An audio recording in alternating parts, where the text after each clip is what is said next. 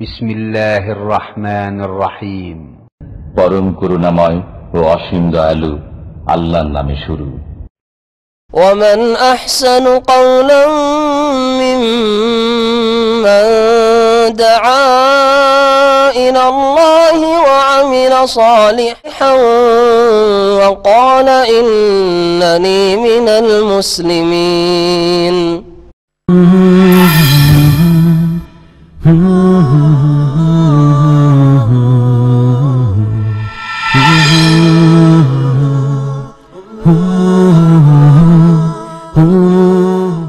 إن الحمد لله نحمده ونستعينه ونستغفره ونعوذ بالله من شرور أنفسنا ومن سيئات أعمالنا من يهده الله فلا مضل له ومن يضلل فلا هادي له وأشهد أن لا إله إلا الله وحده لا شريك له وأشهد أن محمدا عبده ورسوله صلى الله تعالى عليه وعلى آله وصحبه وسلم تسليما كثيرا يا أيها الذين آمنوا اتقوا الله حق تقاته ولا تموتن إلا وأنتم مسلمون يا أيها الناس اتقوا ربكم الذي خلقكم من نفس واحدة وخلق منها زوجها وبث منهما رجالا كثيرا ونساء واتقوا الله الذي تساءلون به والأرحم إن الله كان عليكم رقيبا يا أيها الذين آمنوا اتقوا الله وقولوا قولا سديدا يصلح لكم أعمالكم ويغفر لكم ذنوبكم ومن يطع الله ورسوله فقد فاز فوزا عظيما أما بعد فإن خير الحديث كتاب الله وخير الهدي هدي محمد صلى الله عليه وسلم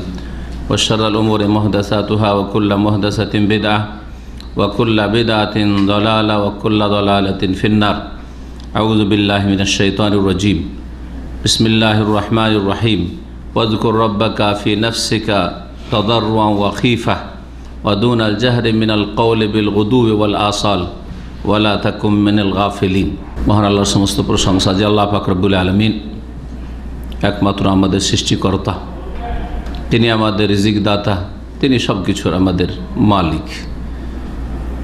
তিনি সব কিছুর যখন মালিক তখন ইবাদত বন্দেগী একমাত্র তার জন্য, তার সাথে না তার কাজে কেউ শরিক রয়েছে, না তার ইবাদতে কোনো শরিক রয়েছে, না তার গুণে কেউ শরিক রয়েছে। সালাত এবং সালাম নাজিল হোক নবী মুহাম্মদ রাসূলুল্লাহ সাল্লাল্লাহু আলাইহি ওয়াসাল্লামের উপর, যিনি আল্লাহ পাক রব্বুল আলামিনের সবচেয়ে বেশি স্মরণ করেছেন, জিকির আজকার করেছেন, আল্লাহ পাককে সবচেয়ে বেশি ডেকেছেন এবং সবচাইতে সুন্দরভাবে আল্লাহকে ডেকেছেন, আল্লাহ পাকের কাছে দোয়া করেছেন। আজকে আলোচনা করব কিছু দোয়া এবং জিকির আজকারের ফজিলত সম্পর্কে, মহত্ব সম্পর্কে। জিকির এবং দোয়াকেও কোরআন এবং হাদিসের ভাষায় জিকির বলা হয়, কারণ দোয়ার মাধ্যমে আল্লাহকে স্মরণ করা। জিকির মানে আল্লাহ পাক রব্বুল আলামিনকে স্মরণ করা। সুতরাং দোয়া আর দোয়ার শাব্দিক অর্থ হচ্ছে আহ্বান করা, ডাকা, আল্লাহকে ডাকা। তো যেই ব্যক্তি মহান আল্লাহকে ডাকলো অর্থাৎ দোয়া করলো, সেই ব্যক্তি আল্লাহকে স্মরণ করলো, অন্তর থেকে প্রথম স্মরণ করলো, তারপরে তার কথায় জবানে স্মরণ করলো, দোয়ার মাধ্যমে, আল্লাহকে আহ্বান করার মাধ্যমে, আল্লাহকে ডাকার মাধ্যমে। সুতরাং দোয়াগুলি হচ্ছে আজকার, জিকির আজকার। কিন্তু আমাদের দেশের পরিভাষা একটু ভুল পরিভাষা। ইসলামটাকে অনেক সময় আমরা অনেক ক্ষেত্রেই ভুলভাবে বুঝেছি, যার ফলে মনে করে যে জিকির আজকার মানে আলাদা জিনিস কিছু, আর দোয়া মানে আলাদা কিছু। দোয়া এবং জিকির আজকার আমাদের দেশের মানুষকে বোঝানোর জন্যই দুটো শব্দ আজকে ব্যবহার করেছি। আজকাল মানুষ যারা ব্যস্ত তারা খুব বেশি ব্যস্ত, আর অনেকেই হয়তো জরুরি কাজে ব্যস্ত নয় কিন্তু নিজেকে ব্যস্ত করে ফেলেছে। এদের সংখ্যাই বেশি। ব্যস্ত করে ফেলেছে মোবাইলে, নিজেকে দিনে কয়েক ঘন্টা মোবাইলের সাথে সম্পর্কিত রাখে, যার ফলে এতে একটা বড় সময় আপনার নিচ্ছে। এটা কি আপনি নিজের ব্যস্ততা মনে করছে যে আমি খুব ব্যস্ত, অথচ ডিউটি হয়তো আপনার 3 ঘন্টা। যেমন একটু আগে এক ভাই বলে যে আমার টোটাল সারাদিন ডিউটি, হ্যাঁ স্কুল মাদ্রাসার ডিউটি, সকালবেলা 1-1.5 ঘন্টা পৌঁছে দেওয়া, দুপুরবেলা 1-1.5 ঘন্টা নেওয়া, তার টোটাল 3 ঘন্টা ডিউটি, ঠিক না? 24 ঘন্টার মধ্যে 3 ঘন্টা ডিউটি, বাকি আর বাঁচে কত ঘন্টা? 21 ঘন্টা বাঁচে। এই সময়গুলো কিসে নিচ্ছে, এটা দেখার বিষয়। মনে রাখবেন যে এই হাদিসগুলি আপনাদেরকে বারবার শোনানো হয়েছে যে প্রত্যেকটি মুহূর্তের আল্লাহ পাককে হিসাব দিতে হবে। আপনার যে আয়ু, যার একটা হচ্ছে যৌবন কাল, একটা হচ্ছে আপনার গোটা বয়সটা, আন ওমরেহি ফিমা আফনা, পুরো আয়ু, সময়, এই সমস্ত কিছুর হিসাব আল্লাহ পাকের কাছে দিতে হবে। সুতরাং প্রত্যেকে যাতে করে আমরা চিন্তাশীল হয় এই হিসাবের দিনের জন্য, যে দিন আল্লাহর সামনে সবাইকে দাঁড়াইতে হবে। আজকাল পুরুষদের চাইতে মহিলারা অনেক বেশি অবসর। এই অবসর সময়কে কোন কাজে লাগাবে খুঁজে পায় না, যার ফলে টিভি ছাড়া বাড়ি অচল। তার টিভি দিয়েই টাইম পাস করতে হবে, ওর সাথে সাথে মোবাইল, ইন্টারনেট তো যথেষ্ট একটা সময় নিচ্ছে। এই যে 24 ঘন্টার মধ্যে, কারণ পয়সা হয়েছে, আজকে থেকে 30-40 বছর আগে নাস্তার পয়সাই ছিল না, বাসি পেটে লেখাপড়া করতে স্কুলে যাওয়ার, মাদ্রাসায় গিয়েছি আর লেখাপড়া করে এসেছি। এখন পয়সার অভাব নেই, সুতরাং সকালে বাচ্চাদের জন্য নাস্তা বানাবার দরকার নেই, টাকা দিয়ে দিল, যা স্কুলে কিনে খা, হয় ঘুমাবে আর না হলে টিভি নিয়ে বসে থাকবে। খাবারের ক্ষেত্রে খুব যদি ভালো মোটামুটি মহিলা হয় তাহলে শুধু পাক শাকটা করে, বাকি ডানে বামে যতগুলি সংসারের কাজ আছে ওই জন্য কয়েকজন কাজের মেয়ে রাখা আছে, পয়সা আছে। আর না হইলে হোটেল থেকে অর্ডার, হোটেল থেকে খাবার নিয়ে চলে আসো, এমনি শখ করে হোটেল থেকে খাবার নিয়ে আসো, তাহলে কাজ আর আছে কি? হ্যাঁ, গ্রাম অঞ্চলে মহিলাদেরকে একটা সময় ছিল যেই সময় তাদের পাক শাক, বাড়ির পরিষ্কার পরিচ্ছন্নতা ইত্যাদি এসব ছাড়াও তাদের বকরি, ছাগল, গরু, সেগুলিকে চারা দিতে হবে, সবগুলি দেখাশোনা করতে হইত। এগুলি আপনাদের জানা আছে যারা গ্রামে গঞ্জে বাস করেছে। কত কাজ তাহলে আপনার মা খালারা বা দাদি নানিরা করেছে। তারপরও তার আজকালকার এইসব মহিলাদের চাইতে অনেক সুস্থ ছিল আলহামদুলিল্লাহ, এবং অনেক ভালো তারা ইবাদত করেছে আলহামদুলিল্লাহ, এবং অনেক ভালো মানুষ ছিল আজকালকার মহিলাদের চাইতে। কারণটা কি? কারণটা হচ্ছে যে সময়কে গুনহার কাজে লাগাবার জন্য, নেকির কাজে না লাগানোর কারণে সময় থেকে আল্লাহ পাক বরকতকে ছিনিয়ে নিয়েছে, বরকত ছিনিয়ে নিয়েছে। এই যে ফ্রি সময়টা, এটাকে বরকতপূর্ণ কাজে লাগালে আপনার জীবনে বরকত হবে, পুরুষ হোক আর নারী হোক। আর যদি এই সময়টাকে হারাম, নাজায়েজ, গুনহার কাজে, গুনহা দেখছেন, গুনহা শুনছেন, গান বাজনা শোনা, মিউজিক শোনা, আর না হইলে মহিলাদের ছবি দেখা, পুরুষরা মহিলাদের ছবি দেখছেন ফেসবুকে, ইন্টারনেটে, ইউটিউবে, আর মহিলারা বিভিন্ন বেগানা পুরুষদের ছবি দেখছেন বিনা কাজে, বিভিন্ন কিছু দেখছেন, সিরিয়াল দেখছেন, এই দেখছেন, সেই দেখছেন, ফিল্ম দেখছেন। অপর পুরুষের নজর এইরকম দেওয়া জায়েজ নাই, যাতে আপনার কোনো নেকিও নেই, দিন শিখাও হয় না, তারপর অপর পুরুষের ছবির দিকে নজর দেবে একজন মহিলা, সেটা কি জায়েজ? এটাও চিন্তার কথা একটা। আপনাকে কদম বাড়াবার আগে একটা পুরুষ বেগানা পুরুষের দিকে বা তার ছবির দিকে নজর দেওয়ার আগে একজন বোনকে জেনে নিতে হবে যে শরীয়তের এই মাসলা কি, আমার এতে কোন নেকিটা হবে, এর দিকে তাকিয়ে থাকাই, তার কথা শুনে আমি হেদায়েত পাচ্ছি, তার কথা শুনে একটা দিনের কথা শিখছি না, কিছুই না। হয়তো ফিল্ম, সিরিয়াল বা এরকম বহু কিছু রয়েছে, হাসার কিছু হাসাচ্ছে, নাটক, তো অবশ্যই এগুলি গুনহার কাজ। এ সমস্ত কাজে সময়গুলি চলে যাচ্ছে যেগুলিতে আল্লাহ রাজি হন না, নারাজ, অসন্তুষ্ট হচ্ছেন, যার ফলে এই সময়গুলিতে লাইফে বরকত নেই। যখন বরকত নেই তখন এত ভোগবিলাসী আর পয়সার জীবন, সুখের জীবন থাকা সত্ত্বেও অসুস্থ আর অসুস্থ, শরীর চলে না, কাউকে সুগার, কাউকে প্রেশার, আর কারোর উপর আর কোনো চর্বি, কোলেস্ট্রল, বালা মুসিবতের শেষ নেই। আর পেটে যদি গর্ভধারণ করে নেই তো বলছে বেড রেস্ট, নতুন একটা ভাষা কিছুদিন থেকে শোনা যাচ্ছে। হ্যাঁ, আমার মায়ের 9 ছেলে মেয়ে, 9 ছেলে, একটা কোনো মেয়ে ছিল না যে সহযোগিতা করবে, তারপর জীবনে বেড রেস্ট ভাষাও জানতো না, আর বাংলাও জানতো না, আর কোনোদিন বেড রেস্টও করেনি। 3 দিনের বাচ্চা হয়ে গেছে, সংসার সব কাজই করেছে। এই 3 দিনের মধ্যে হয়তো করতে হয়েছে যদি কেউ সহযোগী না হয়ে থাকে। তাহলে এইরকমই যারা আজকেও কিছু হয়তো পরিবার আছে, 1001টাও নেই, কিন্তু কয়েক সপ্তাহ আগে এক ভাই এসে শোনাচ্ছে যে আমাকে ডাক্তারে বলেছে আর আমার শ্বশুর বাড়ি থেকে বলে দিয়েছে যে এখন পজিটিভ দেখা গেছে, একবারে পুরো বেড রেস্টে রাখো তোমার স্ত্রীকে। মাশাআল্লাহ, বেড রেস্টে মানে শুয়ে রাখো, বুঝছেন তো, সবসময় শুয়ে রাখো, নড়তে দিবে না, চড়তে দিবে না। কি জন্য বললাম যে এখানে এসছেন তো ফ্যামিলি আসেন, বলছেন না না না না, সিঁড়ি চড়া যাবে না, আরে লিফটে চড়া যাবে না, নামা যাবে না। আউযুবিল্লাহ।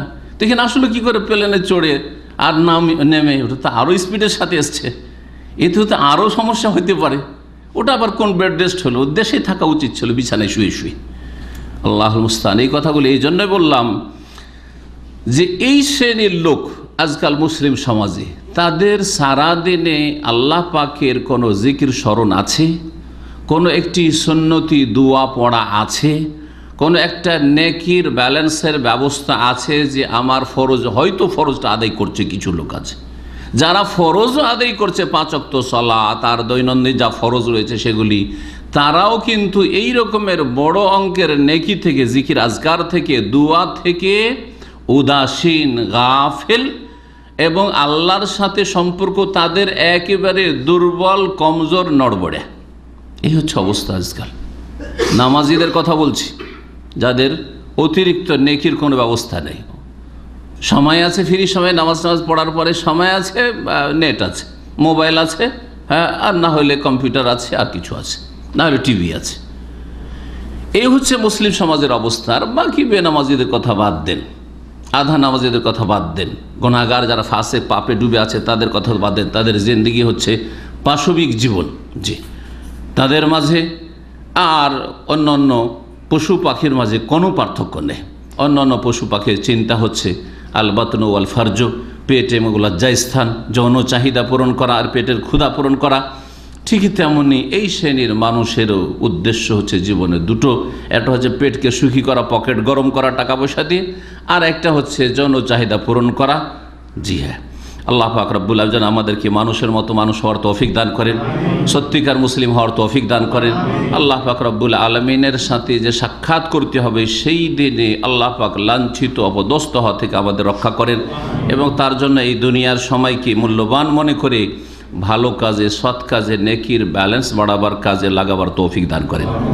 জিকির আজকার এবং দোয়া সম্পর্কে আলোচনা করতে গিয়ে একটি আয়াত তেলাওয়াত করেছি, সূরা আরাফের আয়াত নম্বর 205, 206টি আয়াত রয়েছে, শেষ আয়াতের আগের আয়াতটি।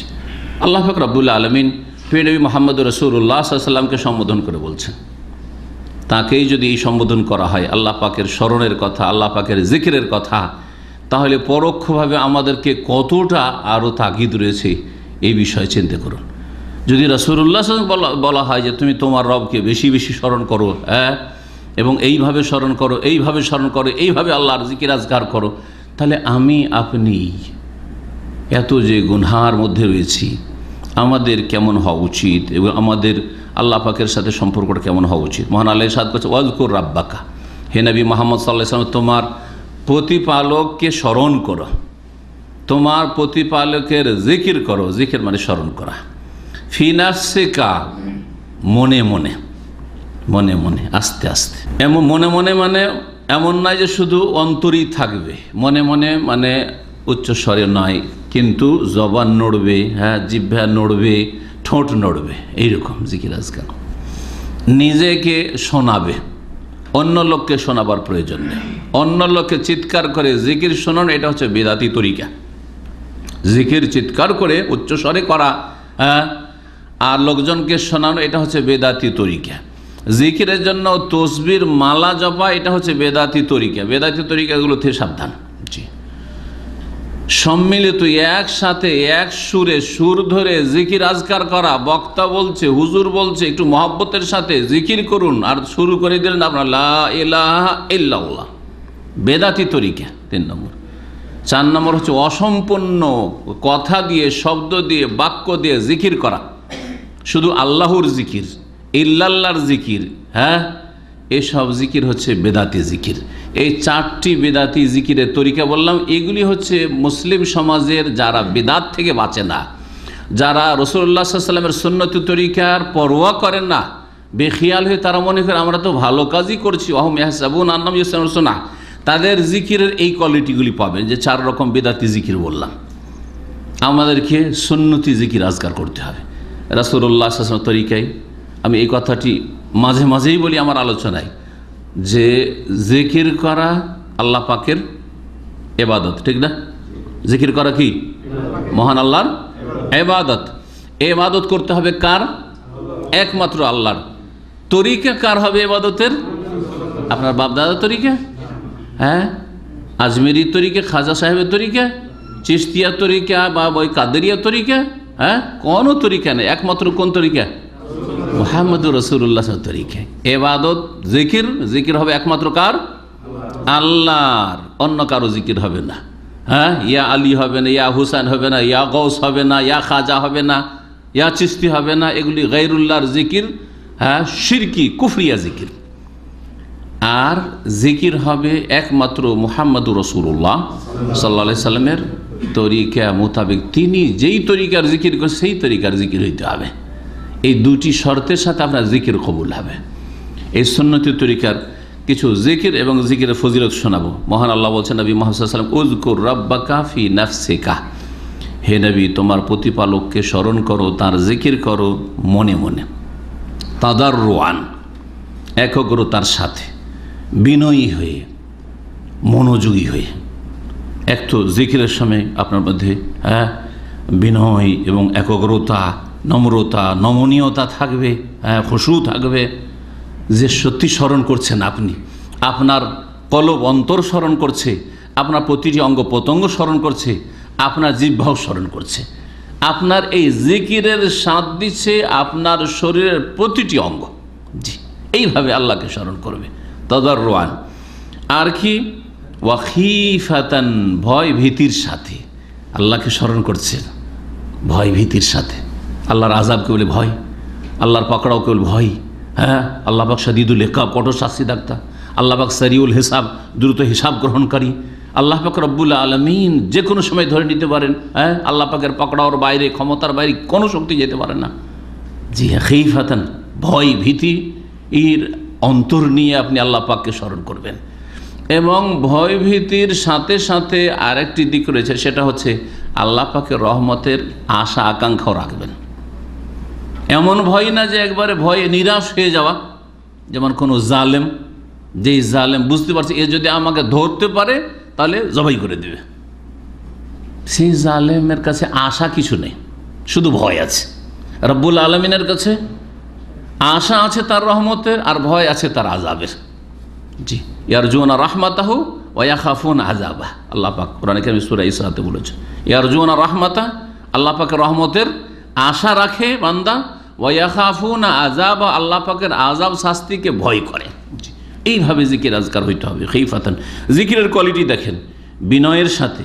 তার আগে আল্লাহ বলেন মনে মনে, এক হচ্ছে মনে মনে, আস্তে আস্তে, জোরে নয়, বিনয়ের সাথে, খিফাতান ভয় ভীতির সাথে, অদুনাল জাহরে মিনাল কওলি, অনুচ্চ স্বরে। আল্লাহ আরও ক্লিয়ার করে দিলেন, উচ্চ স্বরে নয়। অন্য আয়াতে রয়েছে তাদাররুআন ওয়া খুফিয়া, মানে মনে মনে করো, চিৎকার করে নয়। অদুনাল জাহরে, জোরে জোরে নয়, সুবহানাল্লাহ, আলহামদুলিল্লাহ, লা ইলাহা ইল্লাল্লাহ, লা ইলাহা ইল্লাল্লাহ, ইল্লাল্লাহ ইল্লাল্লাহ। এক তো ইল্লাল্লাহ বেদাতি জিকির, তার উপরে আবার উচ্চস্বরে চিৎকার করা বেদাতি জিকির। আল্লাহ বলছেন ওয়াদুনাল জাহরে মিনাল কওল, কথা উচ্চস্বরে নয় জিকিরের।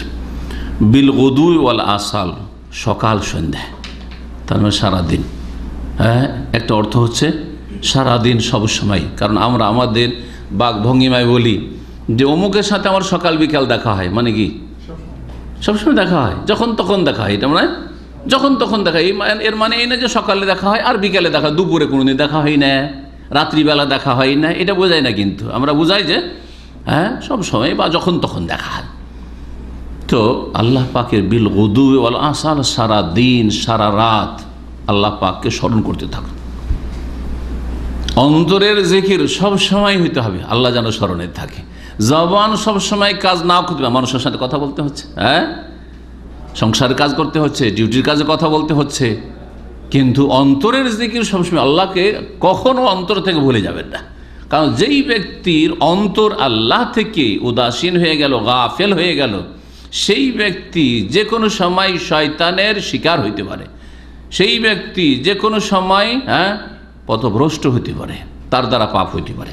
ওয়ালা তাকুম মিনাল গাফিলিন, এই জন্য আল্লাহ বলছেন যে গাফিলদের অন্তর্ভুক্ত হইও না। তাহলে বোঝা গেল যারা আল্লাহকে স্মরণ করে না এবং যেইভাবে আল্লাহ স্মরণ করতে বলেছেন সেইভাবে স্মরণ করে না, তারা কি গাফিল। গাফিলতি সম্পর্কে, উদাসীনতা সম্পর্কে আমি একটি আলোচনা করেছি, বিশেষ একটি আলোচনা, মাঝে মাঝে শুনবেন, নিজের গাফিলতি দূর হবে যে সারাদিন আজ আল্লাহ মনে পড়েছে কিনা। আল্লাহ বলছেন সকাল বিকাল সবসময় আল্লাহকে স্মরণ রাখো।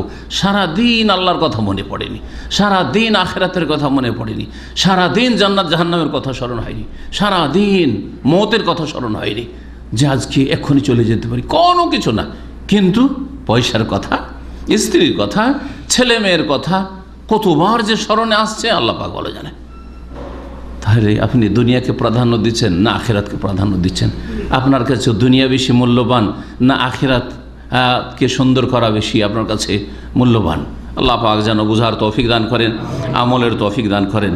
ওয়ালা তাকুম মিনাল গাফিলিন, আল্লাহ নবী মুহাম্মদুর রাসূলুল্লাহ সাল্লাল্লাহু আলাইহি ওয়াসাল্লামকেও সতর্ক করছেন যে গাফেলদের দলে শামিল হইও না, যারা উদাস হয়ে রয়েছে তাদের দলে শামিল হইও না। জি, আল্লাহ পাক রব্বুল আলামিন আর সূরা আহজাবের আয়াত নম্বর 35-এ মুমিন মুসলিমদের বেশ কিছু বৈশিষ্ট্য, গুণ, 10টি প্রায় বৈশিষ্ট্য, ইন্নাল মুসলিমিন ওয়াল মুসলিমাত, মুসলিম হওয়া, ওয়াল মুমিনিন ওয়াল মুমিনাত, ইমানদার পুরুষ ইমানদার নারী, মুসলিম পুরুষ মুসলিম নারী, ওয়াল কানিতিন ওয়াল কানিতাত, অনুগত পুরুষ অনুগত নারী, হ্যাঁ, যে আল্লাহর আনুগত্য করে, রাসূলের আনুগত্য করে, হ্যাঁ, অভিভাবকের আনুগত্য করে, অসাদেকিনা অসাদেকাত, আর সত্যবাদী পুরুষ সত্যবাদী নারী, অসাবেরিনা অসাবেরাত, আর ধৈর্যশীল পুরুষ ধৈর্যশীল নারী, অল খাশেইনা অল খাশেয়াত, আর বিনয়ী পুরুষ বিনয়ী নারী, অল মুতাসাদ্দিকিন অল মুতাসাদ্দিকাত, দান খৈরাতকারী পুরুষ দান খৈরাতকারী নারী, অসাইমিনা অসাইমাত, রোজাদার সিয়াম পালনকারী পুরুষ আর রোজাদার নারী, ওয়াল হাফিজিনা ফুরুজাহুম ওয়াল হাফিজাত, আর লজ্জা স্থানের সুরক্ষাকারী পুরুষ লজ্জা স্থানের সুরক্ষাকারিণী, সতী সাধ্যী রমণী, ওয়া যাকিরিন আল্লাহ কাসীরা ওয়া যাকিরাত। শেষখানে 10 নম্বর আল্লাহ বলছেন যেসব পুরুষরা আল্লাহ পাককে বেশি বেশি স্মরণ করে, শুধু স্মরণ করার কথা বলেনি, ওয়া যাকিরিন আল্লাহ কাসীরা, আল্লাহ বলেছেন যেসব পুরুষরা আল্লাহ পাক রব্বুল আলামিনকে বেশি বেশি স্মরণ করে, আল্লাহর জিকির আজকার বেশি করে, ওয়া যাকিরাত, আর যেসব মহিলারা মহান আল্লাহর বেশি বেশি জিকির আজকার করে, মহান আল্লাহকে স্মরণ করে, আল্লাহ পাক এইরকম বৈশিষ্ট্যের পুরুষ নারীদের জন্য, মুমিন মুমিনাতের জন্য, মুসলিম মুসলিমার জন্য কি প্রস্তুত রেখেছে? মহান আল্লাহ বলছেন আ'আদাল্লাহু লাহুম মাগফিরাহ, আল্লাহ তাদের জন্য প্রস্তুত রেখেছে তার পক্ষ থেকে মার্জনা, ক্ষমার ঘোষণা। 71 যুদ্ধ অপরাধী, হ্যাঁ, যুদ্ধ অপরাধী, তাদের যে কি শাস্তি হবে আল্লাহই ভালো জানে, আপনাদের জানা আছে, শুনেছেন। তখন অনেকে এসে ক্ষমার জন্য, কিভাবে ক্ষমা পাওয়া যায়, কিভাবে ক্ষমা পাওয়া যায়, বিভিন্ন পথ অবলম্বন করল। তখন একটা সাধারণ ক্ষমার ঘোষণা হয়েছিল, জানা আছে আপনাদের এগুলো, হ্যাঁ, তাই না? কত খুশি হয়েছে ওই অপরাধে যারা সত্যিকার রাজাকার ছিল, আলবদর ছিল, তারা কত খুশি হয়েছে যে যাক একটা আম কি পেয়ে গেছি, ক্ষমা পেয়ে গেছি, ক্ষমা পেয়ে গেছি। একটা সাধারণ একটা নেতার সামনে যদি ক্ষমা পেয়ে যান, আপনার মতো সে মানুষ 3.5 হাতের, হ্যাঁ, তাতেই যদি এত আনন্দ ফিল করেন আর এত যদি সুখ শান্তি মনে করে যে আরও কিছুদিন বাঁচলাম, ফাঁসি থেকে বাঁচলাম, জেল থেকে বাঁচলাম, আর ইত্যাদি ইত্যাদি থেকে বাঁচলাম, কত খুশি, সুবহানাল্লাহ। আল্লাহর পক্ষ থেকে যখন শোনানো হচ্ছে কোরআনে কারীমের কথা, আ'আদাল্লাহু লাহুম মাগফিরাহ, আল্লাহর পক্ষ থেকে ক্ষমা প্রস্তুত হয়ে আছে, তেমন কোনো যেন অনুভূতিই নেই, হ্যাঁ, তেমন কোনো আগ্রহ নেই। যেটা বিশাল ব্যাপার আমার জন্য, যে যা কিছু হয়ে থাকুক না কেন আল্লাহ কি রেখেছেন? ক্ষমা প্রস্তুত রেখেছেন। সুবহানাল্লাহ। আল্লাহ যদি ক্ষমা প্রস্তুত রাখেন কোনো বান্দার জন্য, তাহলে ভুল হয়ে গেলেও এই গুণগুলি যেহেতু আছে, সুতরাং আল্লাহর আযাব তাকে স্পর্শ করবে না। আল্লাহর আযাব তাকে স্পর্শ করবে না। তার দুনিয়া সর্বনাশ হয়ে ধাক্কা লাগতে পারে, পাপের কারণে একটু ধাক্কা খেতে পারে, কিন্তু দুনিয়া একবারে সর্বনাশ হয়ে যাবে তা হবে না। হ্যাঁ, কবরের জীবনে তার সর্বনাশ হয়ে যাবে, একবারে জাহান্নামে জ্বলতে হবে আর কঠোর শাস্তি হবে তা হবে না, জাহান্নামে জ্বলতে হবে তা হবে না। আল্লাহ পাক তার জন্য ক্ষমা প্রস্তুত রেখেছেন। আর কি, ওয়া আজরান আজিমা, আল্লাহ মহা পুরস্কার তার জন্য প্রস্তুত রেখেছেন। এই রকম যাদের বৈশিষ্ট্য রয়েছে, তার শেষখানে বললাম যে বেশি বেশি যারা আল্লাহ পাককে স্মরণ করে, আল্লাহ পাকের জিকির আজকার করে, নারী হোক অথবা পুরুষ। আল্লাহ পাকের দিনের ক্ষেত্রে নারী পুরুষের মর্যাদা সমান। দিনের আমলের ক্ষেত্রে বিষয়টি ভালো করে মনে রাখবেন। হয়তো স্বামী স্ত্রী মনে করছেন যে আমি তো স্ত্রীর চাইতে শ্রেষ্ঠ, কারণ আমাকে আর রেজালও কাওয়ামুন আলান নিসা, আমাকে নেতৃত্ব দেওয়া হয়েছে, বাড়ির নেতৃত্ব দেওয়া হয়েছে, তাই বলে আপনার নামাজের সওয়াব বেশি আর আপনার স্ত্রীর নামাজের সওয়াব কম, এটা কি? আল্লাহ পুরস্কারের ক্ষেত্রে সমান বলেছেন। হ্যাঁ, জিকির বেশি বেশি জিকিরকারী পুরুষ আর বেশি বেশি জিকির আজকারকারী নারী। আ'আদাল্লাহু লাহুম মাগফিরাতান, সকলের জন্য, নারী হোক আর পুরুষ, তাদের জন্য মার্জনা আল্লাহর পক্ষ থেকে প্রস্তুত আছে, আর মহাপুরস্কার তাদের জন্য প্রস্তুত আছে সমানভাবে। আল্লাহ পাক আপনার জিকিরে যেমন নেকি দেবেন, আপনার স্ত্রীর জিকিরে ওই রকমই নেকি দেবেন। আপনার ছেলেদের জিকিরে যেমন নেকি দেবেন, আল্লাহ পাক আপনার মেয়েদের জিকিরে ওই রকমই নেকি দেবেন। আপনার ছেলের দোয়া যেমন আপনার জন্য কাজে লাগবে, সমানভাবে আপনার মেয়ের দোয়া আপনার জন্য বেশি কাজে লাগবে, ওর চাইতে কম কাজে লাগবে না। সুতরাং মেয়ের ক্ষেত্রে কেন এত অনীহা? মেয়ে হয়ে গেলে মনটা খারাপ, হ্যাঁ, মলিন হয়ে গেল চেহারা, যে আমার পরপর কয়েকটা মেয়ে হয়ে গেল। কেন এটা? আপনার ইমানে কমজোরি আছে, তকদির ইমানের ক্ষেত্রে দুর্বলতা আছে, শুধু আমলে দুর্বলতা নেই, তকদিরের প্রতি বিশ্বাসে দুর্বলতা আছে। মনে করছেন ছেলেটা হলে বেশি কাজে আসতো, হ্যাঁ, মেয়েটা কাজে আসবে না। কোনোদিন কি শুনেছেন কোন একটা গল্প যে মেয়েতে বাপকে মেরেছে, কিন্তু ছেলে বাপকে মাকে যেখানে সেখানে মারছে? জানেন নাকি? এতে থেকেও শিক্ষা হয় না যে ছেলের জন্য আগ্রহী সেই ছেলে আপনাকে জুতা মারতে পারে, হ্যাঁ, আপনাকে খুনও করতে পারে, কিন্তু কোনো জায়গায় এইরকম খবর আজ পর্যন্ত আমি তো পাইনি যে অমুক মেয়েতে তার বাপকে মেরে দিয়েছে না মাকে মেরে দিয়েছে। আল্লাহ পাক যেন বুঝার তৌফিক দান করেন। জি, এবং আল্লাহ পাক যা আমাদের ভাগ্যে জুটিয়েছেন তাতে সন্তুষ্ট হওয়ার তৌফিক দান করেন।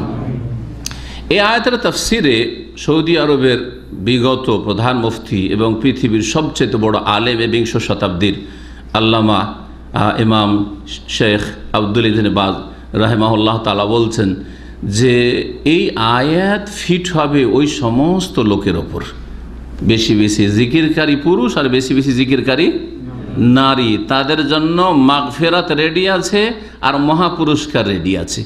এই আয়াত ফিট হবে কার ওপর? ওই সমস্ত নারী পুরুষের ওপর যারা সকাল সন্ধ্যার সুন্নতি জিকির আজকারগুলি করে।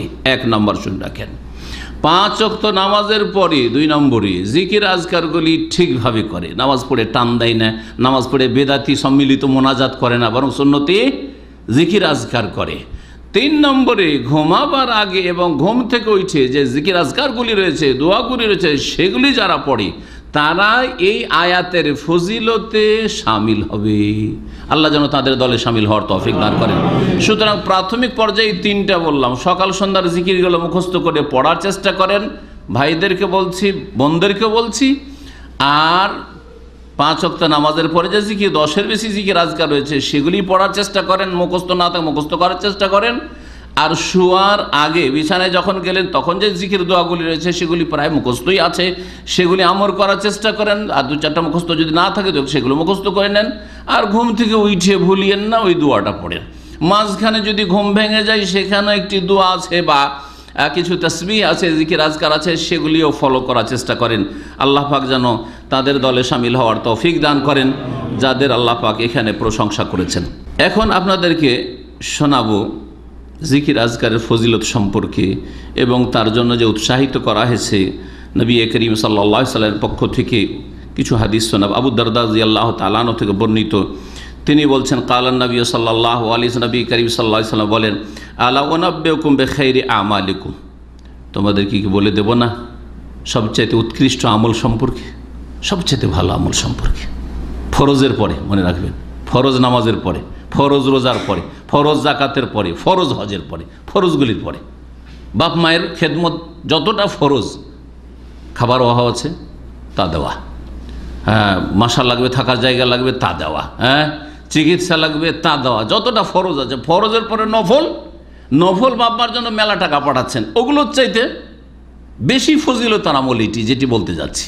জি হ্যাঁ, অন্যান্য যে সুন্নত নফল ইবাদত বন্দেগী আছে, ভালো নেক কাজ আছে, সেগুলির চাইতে ফজিলতের নেকির কথা বলছেন এই হাদিসে নবী করিম সাল্লাল্লাহু আলাইহি ওয়াসাল্লাম। কিন্তু ফরজের পরে সব সময় আগে ফরজ ঠিক থাকতে হবে, তারপরে নফলগুলি সুন্নত মুস্তাহাবগুলি কাজে আসবে। যেমন আমাদের আপনাদের 8 ঘন্টা ডিউটি, ওটা ঠিক রাখতে হবে, তারপরে কোম্পানি কোনো দিন বলছে আজকে তোর জন্য ওভার টাইম 2 ঘন্টা, আর একদিন বলছে 5 ঘন্টা, করেন না খুব, হ্যাঁ, আর আপনি ওভার টাইম 5000 উঠান না কেন, অসুবিধা আছে কি? কিন্তু যদি বলেন যে আমি ওভার টাইমটা করে দেবো, কারণ ওই সময় আমার ঘুম চাপে না, বিকালবেলা ওভার টাইম হয়তো, ওই সময়টা আমি কোম্পানিকে বলছেন স্যার আমি ওভার টাইমটা করে দেবো, কিন্তু সকাল 6টায় ডিউটি যাওয়ার জন্য খুব কষ্টকর, আমি ওই 8 ঘন্টা ডিউটিতে পারছি না, সকালবেলা 4 ঘন্টা যেতে পারবো না, রাখবে আপনাকে? রাখবে? রাখবে না, কখনো রাখবে না। ওই রকমই আল্লাহ তার রহমতে রাখবেন না।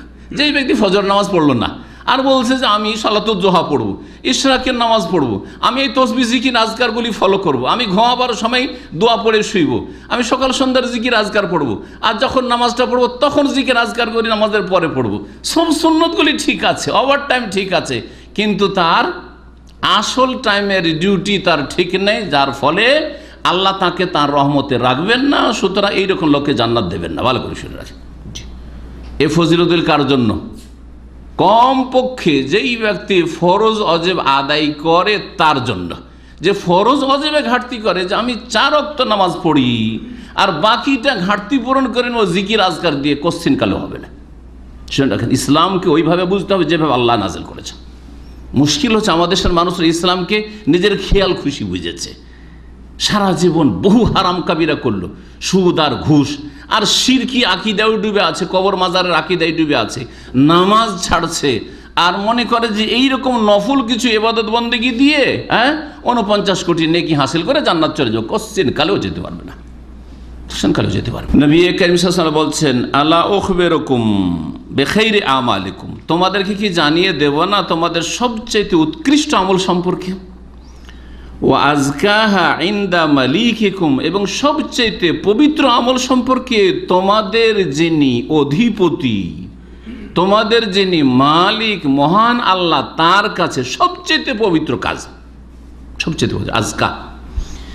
ওয়া আরফাউহা ফি দারাজাতিকুম, আর তোমাদের মর্যাদা উঁচা করার ক্ষেত্রে সবচেয়ে গুরুত্বপূর্ণ। অন্য অন্য আমল দিয়ে যে মর্যাদা উঁচা হয় তার চাইতে বেশি মর্যাদা উঁচা হবে এই আমলের মাধ্যমে। ওয়া খায়রুল লাকুম মিন ইনফাকিজ যাহাবি ওয়াল ওয়ারিকি, এবং স্বর্ণ চাঁদি খরচ করা, সাদকা খায়রাত করার চাইতেও বেশি নেকি হবে। কেউ স্বর্ণ গলার মালা খুলে দিয়ে দিল, হ্যাঁ, কানের গয়না খুলে দিয়ে দিল, হ্যাঁ, স্বর্ণ দান করলো, কেউ রূপা দান করলো, চাঁদি দান করলো, আর এই লোক এসব কাজ করছে না, এই আমল করছে যে আমলের কথা নবী মুহাম্মদ রাসূলুল্লাহ সাল্লাল্লাহু আলাইহি ওয়াসাল্লাম বলছেন। আর কি, ওয়া খায়রুল লাকুম মিন আন তালকাউ আদুওয়াকুম, আর এই আমল তোমাদের জন্য উত্তম হবে এর চাইতে বেশি যে তোমরা সামনাসামনি হলে, মুখোমুখি হলে তোমাদের শত্রু কাফেরের সাথে, জিহাদের ময়দান, জিহাদ করার চাইতেও বেশি ফজিলত পেয়ে যাবে। জি, ফাতাদরিবু আনাকাহুম, যখন মুখোমুখি হইলে শত্রু, তখন তোমরা তাদের গর্দন ওড়াচ্ছ, কারণ মুখোমুখি অস্ত্র চলছে, আর তারা ওয়াদরিবু আনাকাহুম, তোমাদেরও গর্দন ওড়াবার চেষ্টা করছে, তারা চলছে দুই দিক থেকে, কে কাকে পারে হত্যা করতে, এইরকম যুদ্ধ চলছে। এর চাইতেও ভালো ফজিলতের আমল বলে দেব কি? কালু বালাই আর কতগুলি ফজিলতের দিক বলে নবী করিম সাল্লাল্লাহু আলাইহি সাল্লাম। উত্তম আমল, অতি পবিত্র আমল, মর্যাদা উঁচা করার ক্ষেত্রে সবচাইতে গুরুত্বপূর্ণ আমল, এবং স্বর্ণ চাঁদি খরচ করার চাইতে ভালো আমল, আর কি দুশ্মনের সাথে মুখোমুখি হয়ে লড়াই করার চাইতে ভালো আমল। 5টি দিক। এর চাইতে ভালো আমল তোমাদেরকে বলে দেব কি? সাহাবীরা বললেন যে ভালা ইয়া রাসূলুল্লাহ, অবশ্যই বলে দেন, কেন বলবেন না, আমরা তো চাই, আগ্রহী নেকির কাজে। কালা, নবী করিম সাল্লাল্লাহু আলাইহি ওয়াসাল্লাম বলেন যিকরুল্লাহ তাআলা, মহান আল্লাহর জিকির আজকার, মহান আল্লাহকে স্মরণ করা। তাহলে দেখেন, মহান আল্লাহ যদি দেখে বুঝেন তাহলে ভালো করে বুঝতে পারবেন। মহান আল্লাহকে যদি অন্তর থেকে স্মরণ না রাখেন, শুধু জবানে স্মরণ করেন নয়, অন্তরে স্মরণ না রাখেন, আর আপনি দুশ্মনের সামনে গিয়ে কখনো দুশ্মনকে দমন করে আসলেন, প্রতিহত করে আসলেন, তারপরেই যেহেতু আপনি আল্লাহর জিকির আজকার থেকে, আল্লাহর স্মরণ থেকে গাফেল, শয়তান আপনাকে গ্রাস করে ফেলেছে, যার ফলে আপনার ইমানই হারিয়ে গেল,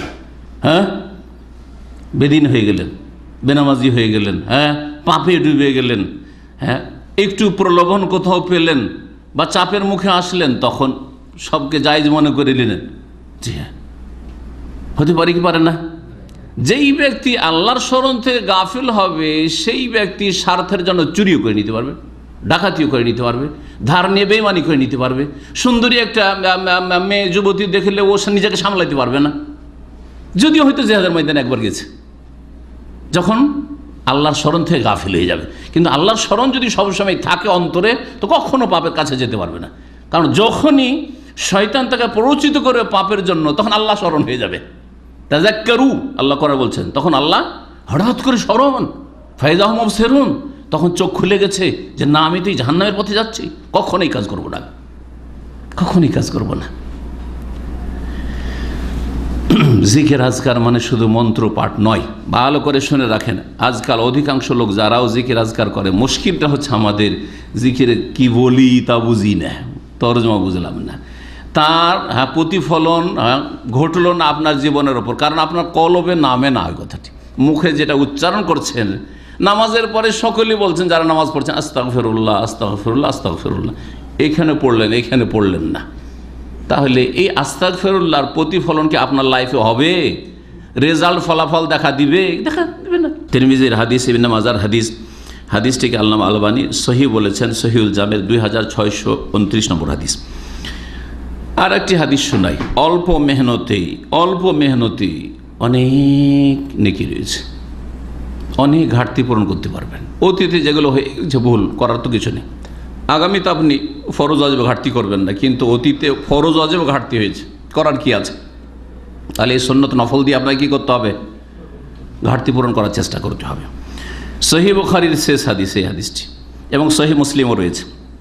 আবু হুরায়রা রাদিয়াল্লাহু তাআলা আনহু থেকে বর্ণিত, রাসূলুল্লাহ সাল্লাল্লাহু আলাইহি ওয়াসাল্লাম বলছেন, কালেমাতানে, দুটি ওয়ার্ড আছে, বাক্যকে ওয়ার্ড বলেছেন নবী সাল্লাল্লাহু আলাইহি ওয়াসাল্লাম, আমরাও বলি। আপনার সাথে একটা কথা আছে, একটা কথা বলতে কি 5 মিনিটও শেষ হয়নি, একটা কথা বললে মেলাটি কথা বলেছেন, অনেকগুলি কথা বলে দিয়েছেন, তাই না? আমরা যেমন বলি ঠিক ওই রকমই দুটি বাক্য আছে, খাফিফাতানে আলাল লিসান, জবানের ওপর খুব হালকা, বলতে একেবারে সহজ, মুখস্থ করতেও সহজ, কোনো মেহনত পরিশ্রম লাগে না, কষ্ট লাগে না। আর কি? সাকিলাতানে ফিল মিজান, জবানে হালকা আর ভারী কিসে? মিজান, আল্লাহ পাকের যে দাঁড়ি পাল্লা হবে নেকি গুনাহ মাপার, নেকির পাল্লাতে সাকিলাতান অনেক ভারী হবে সেটা। হাবিবাতান ইলার রহমান, এবং মহান দয়াবান আল্লাহ পাক রব্বুল আলামিনের কাছে বড়ই প্রিয় এই দুটি কথা, এই দুটি বাক্য অত্যন্ত প্রিয় আল্লাহ পাকের কাছে। কি সেই দুটি? সুবহানাল্লাহি ওয়া বিহামদিহি একটি, ও সুবহানাল্লাহিল আজিম। সুবহানাল্লাহি ওয়া বিহামদিহি, আল্লাহ পাকের প্রশংসার সাথে সাথে পবিত্রতা ঘোষণা করছি, আল্লাহকে পবিত্র ঘোষণা করলেন সমস্ত ত্রুটি থেকে, আর আল্লাহ পাকের গুণগানও পেশ করলেন। আর সুবহানাল্লাহিল আজিম, মহান আল্লাহর পবিত্রতা মহত্ব ঘোষণা করছি। সুবহানাল্লাহি ওয়া বিহামদিহি সুবহানাল্লাহিল আজিম কার মুখস্থ নেই? না আবার গিয়ে মুখস্থ করতে হবে? সকলের মুখস্থ আছে, কিন্তু আমল করছেন যে আজকে আমি আমার যে নেকির পাল্লা আছে ভর্তি করে দিই, একবার কমপক্ষে পড়ে দিই, বা 3 বার পড়ে নিই, 10 বার পড়ে নিই, বা যতবার, এরকম জরুরি নয় যে 1 বার বা 3 বার 7 বার 10 বারই হইতে হবে। আপনি রাস্তায় চলছেন, পড়তে অসুবিধা আছে নাকি? পায়ের কাজ করছে, যাবেন গন্তব্যস্থানে, হেঁটে যাচ্ছেন। আর যদি আপনি গাড়ি চালান, তো গাড়ি চালাতে যে অঙ্গগুলি লাগে সেগুলি কাজ করছে, জবান তার গাড়ি চালায় না, জবানে আপনি পড়তে আছেন, অসুবিধা আছে কিছু? কত নেকি থেকে আমরা বঞ্চিত থাকছি। বরং সারাদিনে একবার এত মূল্যবান দুটি কালেমা বাক্য পড়ার তৌফিক হয় না, আর কয়েক ঘন্টা নেট নিয়ে বসে থাকছেন। কি জবাব দেবেন আল্লাহ পাক রব্বুল আলামিনকে? কোনদিন চিন্তা করেছেন আপনি? সুবহানাল্লাহি ওয়া বিহামদিহি সুবহানাল্লাহিল আযীম। আবু মুসা আশআরী রাদিয়াল্লাহু তাআলা আনহু থেকে বর্ণিত, তিনি বলছেন যে নবী করিম সাল্লাল্লাহু আলাইহি ওয়াসাল্লাম বলেন, যারা আল্লাহকে স্মরণ করে, আল্লাহর জিকির আজকার করে, আর যারা করে না, এই দুই লোকের উদাহরণ বা উপমা কি? বলছেন মাসালুল্লাযী ইয়াযকুরু রাব্বাহু ওয়াল্লাযী লা ইয়াযকুরু রাব্বাহ। ওই ব্যক্তির দৃষ্টান্ত যেই ব্যক্তি তার রবকে স্মরণ করে, আল্লাহর জিকির আজকার করে সুন্নতি তরিকায়, আর আরেকজন যে লা ইয়াযকুরু রাব্বাহু, আল্লাহকে স্মরণ করে না, আল্লাহ থেকে গাফিল, আল্লাহর জিকির আজকার করে না, এই সুন্নতি জিকির আজকারগুলি করে না। এই দুইজনের উদাহরণ বা দৃষ্টান্ত কেমন? মাসালিল বা মাসালুল হাইয়্যি ওয়াল মাইয়্যিত, জীবিত এবং মৃতের মতো। যেই ব্যক্তি জিকির আজকার করে সে হচ্ছে জীবিত ব্যক্তির মতো, আমাদের মতো, আর যেই ব্যক্তি জিকির আজকার করে না সে হচ্ছে মৃত, মুর্দার মতো। মৃতর বডি কোনো কাজে লাগবে না, রুহটা বেরিয়ে চলে গেছে, তাড়াতাড়ি ওকে দাফন করো, না হইলে গরমের দিন রাত কাটানো যাবে না, রাত্রেই দাফন করো, না হলে বাড়িতে থাকা যাবে না। আর যদি বাড়িতে রাখাও যায়, তারপরে একা মৃতর কাছে থাকতে পারছেন না, অথচ হোটেলে আপনার সাথে পরিচয় থাকার না থাক, উমরায় যাচ্ছেন, আর ব্যাচেলার যারা যাচ্ছেন এক রুমে 4 জন 5 জন দিচ্ছেন, রাত কাটিয়ে চলে আসছেন, অসুবিধা লাগছে নাকি? জীবনে ওর সাথে দেখা হয়নি, তারপরে একই হোটেলে প্রথমবার দেখা গিয়ে থেকে চলে আসছেন না? আপনার স্ত্রী মৃত, থাকেন তো রুমে একা, এক রাত কাটান শুধু, যে আজকের রাত আমার স্ত্রীর সাথে এই মৃতদেহ নিয়েই থাকবো, একাই থাকবো, কাউকে এখানে রাখবো না। ভয়ঙ্কর মনে হবে আপনার জন্য। মহিলাদের জন্য তো আরো মুশকিল। যতই স্বামীকে ভালোবাসুক না কেন, ওকে বলেন যে কত ভালোবাসো, ভালোবাসার প্রমাণ দাও, যে আমার ইন্তেকালের পর এক রাত আমার মৃতদেহ নিয়ে তোমাকে একাই ঘরে থাকতে হবে, ক্ষমতা নেই। তাহলে এই বডির মূল্যই কি? কোনো মূল্য নেই, কোনো মূল্য নেই। সুবহানাল্লাহ। ওই রকমই যেই ব্যক্তি আল্লাহর জিকির আজকার করে না, আল্লাহকে স্মরণ করে না, আল্লাহ থেকে সারা দিন গাফিল হয়ে থাকে, সেই ব্যক্তি মৃতের মতো, মৃত লাশের মতো। আবু মুসা আশআরী রাদিয়াল্লাহু তাআলা আনহু থেকে আরো বর্ণিত, এই হাদিসটি বুখারীতে রয়েছে, হাদিস সহিহ বুখারীর। সবগুলি হাদিস, আমি কোনো জয়ীফ হাদিস শোনাই না এবং শোনাবো না ইনশাআল্লাহ। সহিহ মুসলিমে রয়েছে মাসালুল বাইত, এটা ছিল ব্যক্তির ক্ষেত্রে। সহিহ মুসলিমে কি আছে? মাসালুল বাইতিল্লাযী ইউযকারুল্লাহু ফীহি, ওই বাড়ির উদাহরণ যেই বাড়িতে আল্লাহকে স্মরণ করা হয়। আপনার বাড়িতে স্বামী স্ত্রী মাশাআল্লাহ আপনারা নামাজি, আর নামাজের পরে জিকির আজকারগুলি পড়েন, সকাল সন্ধ্যার জিকির আজকার পড়েন, আর এমনি জিকির তসবিহ হইতে থাকে, ঘুমাবার আগে জিকির আজকার আপনিও করেন, আপনার স্ত্রী করে, আপনার ছেলে মেয়েদেরকে জিকির আজকার করাবার জন্য স্মরণ করান। এইরকম বাড়ি আপনার। আর একজনের বাড়িতে না স্বামী জিকির আজকার করে, না স্ত্রী করে, না ছেলে মেয়েরা করে, না তাদেরকে শিখায়, কোনো জিকির আজকার নেই। বাড়িতে ঢুকে গেল, সোজা ঢুকে গেল, কিরে কি খবর, বিসমিল্লাহ বললো না, আসসালামু আলাইকুমও বললো না, যখন বাড়ি থেকে বেরোলো যে সেই দোয়া আছে সে জিকির আজকার করলো না, ঘুমালো সেখানেও গরু ছাগল যেমন ঘুমিয়ে যায় ওই রকমই ঘুমিয়ে গেল, একটাও জিকির আজকার নেই। বাথরুমে গেল, কোনো কথা নেই, বাথরুম থেকে বেরোলো কোনো জিকির নেই। ওই বাড়ির উদাহরণ আর যেই বাড়িতে জিকির আজকার হয়, দুই বাড়ির উদাহরণ হচ্ছে মাসালুল হাইয়্যি ওয়াল মাইয়্যিত, জীবিত এবং মৃতের মতো। সহিহ মুসলিম আছে। আবু মুসা আশআরী রাদিয়াল্লাহু তাআলা আনহু থেকে আরেকটি হাদিস বুখারী মুসলিমে রয়েছে, লা হাওলা ওয়ালা কুওয়াতা ইল্লা বিল্লাহর ফজিলত সম্পর্কে। অনেকে পড়েন কিন্তু ফজিলত জানেন না। অত্যন্ত গুরুত্বপূর্ণ এই জিকিরটি, এই দোয়াটি, অথচ সবার মুখস্থ আছে, আছে না? সকলের মুখস্থ আছে। কাল আলী রাসূলুল্লাহ সাল্লাল্লাহু আলাইহি ওয়াসাল্লাম বলছেন যে আমাকে রাসূলুল্লাহ সাল্লাল্লাহু আলাইহি ওয়াসাল্লাম বলেছেন, আলা আদুল্লুকা আলা কানজিম মিন কুনুজিল জান্নাতে, তোমাকে কি জানিয়ে দেব না জান্নাতের ভান্ডার সমূহের একটি ভান্ডার সম্পর্কে? জান্নাতের ভান্ডার, দুনিয়াতেই জান্নাতের ভান্ডার জানিয়ে দেব না? অবাক করা কথা।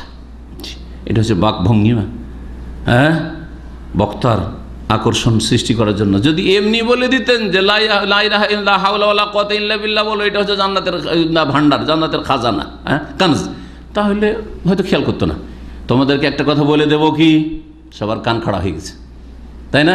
সজাগ হয়ে গেছে, হ্যাঁ, সবার অ্যাটেনশন এখন, জি, মনোযোগী এখন, শুনবে তোমরা, জান্নাতের ভান্ডারের একটা ভান্ডার তোমাদেরকে আজকে বলে দেব। বলেন ইয়া রাসূলুল্লাহ, অবশ্যই, কেন বলবেন না? জি হ্যাঁ। বলছেন নবী করিম সাল্লাল্লাহু আলাইহি ওয়াসাল্লাম, ফাকুলতু বালা ইয়া রাসূলুল্লাহ, বলছেন আবু মুসা হাসে বলে, অবশ্যই, কেন বলবেন না? বলেন ইয়া রাসূলুল্লাহ, লা হাওলা ওয়ালা কুওয়াতা ইল্লা বিল্লাহ। লা হাওলা, আমার কোনো শক্তি নেই, ওয়ালা কুওয়াতা, কোনো ক্ষমতা নেই। হাওল মানে নড়ার সরার কোনো ক্ষমতা নেই, ওয়ালা কুওয়াতার কোনো শক্তিও নেই। আমি না নড়তে পারবো, না আমি কোনো কাজ করতে পারবো, আর না কোনো কথাই বলতে পারবো, আর না কোনো সিদ্ধান্ত নিতে পারবো, ইল্লা বিল্লাহ, যদি আল্লাহর তৌফিক না হয়। আল্লাহ যদি শক্তি না যোগান দেন, তৌফিক না দেন, তাহলে আমার কোনো ক্ষমতা নেই। সুবহানাল্লাহ। এত বিচক্ষণ হওয়া সত্ত্বেও, এত বড় বক্তা হওয়া সত্ত্বেও, এত বড় ডাক্তার ইঞ্জিনিয়ার হওয়া সত্ত্বেও, আর এত চালাক চতুর, এত পয়সা হওয়া সত্ত্বেও আল্লাহকে বলছেন যে আল্লাহ, যা কিছু হয়েছে তোমার ক্ষমতা দিয়ে হয়েছে, তোমার তৌফিক হয়েছে। লা হাওলা ওয়ালা কুওয়াতা ইল্লা বিল্লাহ। আমি একটা ইলমও শিখতে পারতাম না, আমি একটি কাজও করতে পারতাম না, আমি একটি ছেলেকেও জন্ম দিতে পারতাম না, একটা ছেলেও মানুষ করতে পারতাম না, একটা মেয়েও মানুষ করতে পারতাম না, একটা স্ত্রীকেও রাখতে পারতাম না, আমি স্বামীকেই খুশি করতে পারতাম না। জীবনের প্রতিটি ক্ষেত্রে ফিট করুন আপনি। আল্লাহ যদি তৌফিক না দিতেন তাহলে, সুবহানাল্লাহ, নিজেকে আল্লাহ পাকের হাওয়ালা করে, আল্লাহ তুমি কিছু বলেই সব কিছু আমার হচ্ছে, না হলে কোনোটাই হইতো না, কোনোটাই হতো না। আল্লাহ পাক বুঝতে পারছেন যে বান্দার অন্তর, এই কথাটি অন্তর থেকে বলতে হবে, মুখে বললে হবে? শুধু অন্তর থেকে বলতে হবে, কথাই বলতে হবে, কাজেও বলতে হবে। আপনি কাজের বেলা বলছেন অসুবিধা নাই, এক্সিট লাগলে হবে কি, অসুবিধা নাই, দেশে করে খাওয়ার মতো করে ফেলেছি। তো কোথায় লা হাওলা ওয়ালা কুওয়াতা ইল্লা বিল্লাহ? আল্লাহর উপর ভরসা। আল্লাহর শক্তি দিয়ে চলবো দেশে গিয়ে? না, কিসের শক্তি দিয়ে? আমার জমি জায়গার শক্তি আছে, আমার মাসে 2 লাখ টাকা ভাড়া আসছে, ওই শক্তি দিয়ে চলার কথা বলছেন আপনি। তাহলে কোথায়? কাজের বেলা তো না। জি, কথা, কাজ, অন্তর, এই তিনটেতে মিল থাকতে হবে। আল্লাহ পাক যেন তৌফিক দান করেন। এই ছিল লা হাওলা ওয়ালা কুওয়াতা ইল্লা বিল্লাহ, জান্নাতের খাজানা বা জান্নাতের ভান্ডার, কানজ। আরও শোনেন, বুখারী মুসলিমের হাদিস এটিও ছিল। আবু আইয়ুব আনসারী রাদিয়াল্লাহু তাআলা আনহু থেকে বর্ণিত, তিনি বলছেন যে নবী করিম সাল্লাল্লাহু আলাইহি ওয়াসাল্লাম বলেন, মান ক্বালা লা ইলাহা ইল্লাল্লাহু ওয়াহদাহু লা শারীকা লাহু লাহুল মুলকু ওয়া লাহুল হামদু ওয়া হুয়া আলা কুল্লি শাইইন কাদির 10 মাররাত। কেউ যদি এই কালিমা তৌহিদ, লা ইলাহা ইল্লাল্লাহু ওয়াহদাহু লা শারীকা লাহু লাহুল মুলকু ওয়া লাহুল হামদু ওয়া হুয়া আলা কুল্লি শাইইন কাদির, এই কালিমা বলে 10 বার।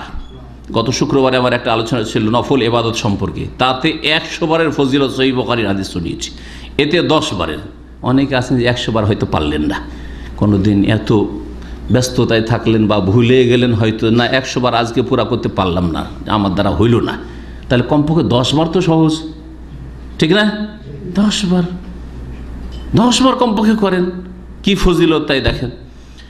বলছেন নবী করিম সাল্লাল্লাহু আলাইহি ওয়াসাল্লাম, যেই ব্যক্তি 10 বার 10 বার বলবে এই কালিমাটি, কানা কামান আতাকা আরবাত আনফুসিন মিন ওয়ালাদ ইসমাইল, ওই ব্যক্তির মতো নেকি পাবে যেই ব্যক্তি ইসমাইল আলাইহিস সালামের বংশের 4 জন গোলাম দাসীকে স্বাধীন করলো।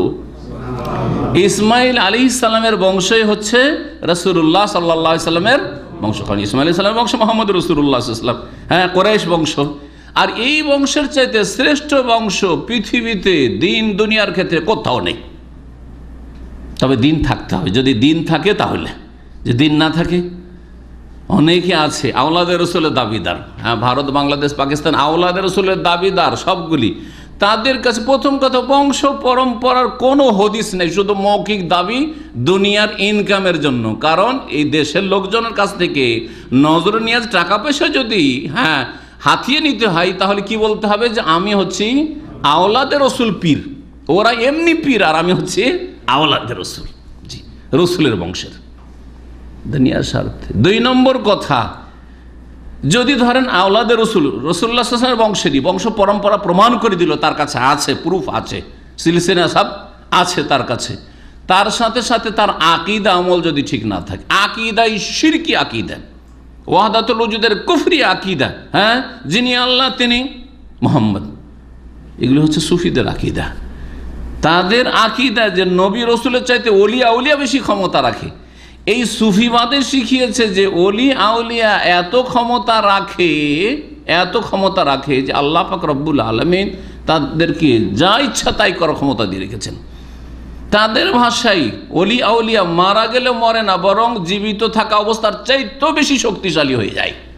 এই জন্য জীবিত থাকা অবস্থায় হয়তো আব্দুল কাদের জিলানীর কাছে কেউ ভিক্ষা করতে যায়নি, খাজা মঈনুদ্দিন চিশতির কাছে কেউ ছেলে ভিক্ষা করতে যায়নি জীবিত থাকা অবস্থায়। যখন মারা গেছে আর দাফন করা হয়েছে, কবর পাকা করে তাদের কাছে ছেলে ভিক্ষা করা আর রোগের আরোগ্য ভিক্ষা করা আর রুজি ভিক্ষা করা এইসব শুরু হয়েছে। কারণ তাদের আকীদা যে এরা মরে গেলে আরও শক্তিশালী হয়ে যায়। মরে যায় না, এটা তো বেয়াদবি কথা, আমার ভাষায় বলছি। এরা মরে না, বরং চোখের আড়াল হয়ে গেলে কি হয়ে যায়, হ্যাঁ, এদের ওরস লাগে। কেন ওরস? আল্লাহর সাথে এখন তাদের মিল হয়েছে, মুলাকাত হয়েছে। স্বামী স্ত্রীর মোলাকাতকে ওরস বলে, হ্যাঁ, বাসর দিবস। আর এদের আল্লাহর সাথে নাউজুবিল্লাহ বেয়াদবদের কাছে বাসর হয়েছে, এটা হচ্ছে ওই জন্য ওরস লাগে। কবর মাজার এই জন্য ওরস লাগে তাদের মৃত্যু দিবসকে। এই যে কবর মাজারওয়ালা যে পীরগুলি আছে না, এদের মৃত্যু দিবসকে ওরস বলা হয়। ওরস লাগে ওই উপলক্ষে। কিন্তু কেন? এই জন্যই যে তারা তুলনা করেছে আল্লাহ এবং ওলির ভালোবাসাকে তুলনা করেছে স্বামী স্ত্রীর ভালোবাসার সাথে। স্বামী স্ত্রীর ভালোবাসা একটা টান আছে, কখন পাবো কখন দেখা সাক্ষাৎ হবে করতে করতে বাসর রাতে গিয়ে দেখা হচ্ছে। ঠিক তেমনি ওলি ছটফট করছে আল্লাহর সাথে মোলাকাতের জন্য, কখন পাবো। আর মরার সাথে সাথে তো মরল না, আরও শক্তিশালী হয়ে গেল, আল্লাহর সাথে কি হয়ে গেল, তার মিলমিলাপ হয়ে গেল। সুতরাং এটা হচ্ছে ওরস। আরবিতে ওরস মানে কি? ওরস মানে জানেন না?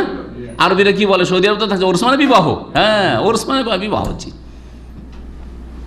কত বড় বেয়াদবি এদের আল্লাহর সাথে। যারা এত বড় আল্লাহর সাথে বেয়াদবি করে, তারা যদি রসুলের বংশেরও হয়, ইসমাইলের বংশের হয়, কাজ আসবে? কোনো কাজে আসবে না। ওমান আবতা বিহি আমালুহু লাম ইউসরে বিহি নাসাবুহু, নবী সাল্লাল্লাহু আলাইহি ওয়াসাল্লাম বলছেন, যেই ব্যক্তির আমল তাকে পিছিয়ে দিল, আকীদায় আমলে সে পিছিয়ে গেছে শিরক কুফরি বিদআত করার কারণে, গুমরাহির কারণে, লাম ইউসরে বিহি নাসাবু, তার বংশীয় মর্যাদা তাকে অগ্রগামী করে দিতে পারবে না, জান্নাতে নিয়ে যেতে পারবে না। নবী মুহাম্মদুর রাসূলুল্লাহ সাল্লাল্লাহু আলাইহি ওয়াসাল্লামের আপন চাচা আবু তালেব, আপন চাচা আবু লাহাব কখনো জান্নাতে নিয়ে যেতে পারবে না নবী করিম সাল্লাল্লাহু আলাইহি ওয়াসাল্লাম তাদেরকে। নূহ আলাইহিস সালামের ছেলে কে কখনো তিনি নিয়ে যেতে পারবেন না, নিজের স্ত্রীকে কখনো জান্নাতে নিয়ে যেতে পারবেন না, ইব্রাহিম আলাইহিস সালাম নিজের বাপকে কখনো জান্নাতে নিয়ে যেতে পারবেন না। তাহলে বংশীয় মর্যাদা কোনো কাজে, আমলবিহীন, আকীদাবিহীন, ইসলামবিহীন, ঈমানবিহীন কাজে আসবে না, আসেনি, কখনো আসবেও না। এই তো শুনলেন কালিমা তাওহীদের ফজিলত, 10 বার পড়লেই। সামরা বিন জুনদুব রাদিয়াল্লাহু তাআলা আনহু থেকে বর্ণিত হাদিস সহিহ মুসলিমে রয়েছে, ক্বালা রাসূলুল্লাহ সাল্লাল্লাহু আলাইহি ওয়াসাল্লাম আহাব্বুল কালামি ইলাল্লাহি আরবা, আল্লাহর কাছে সবচেয়ে প্রিয় বাক্য হচ্ছে 4টি।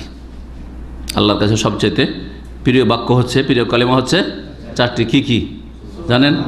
সুবহানাল্লাহ, আলহামদুলিল্লাহ, ওয়ালা ইলাহা ইল্লাল্লাহ, আল্লাহু আকবার।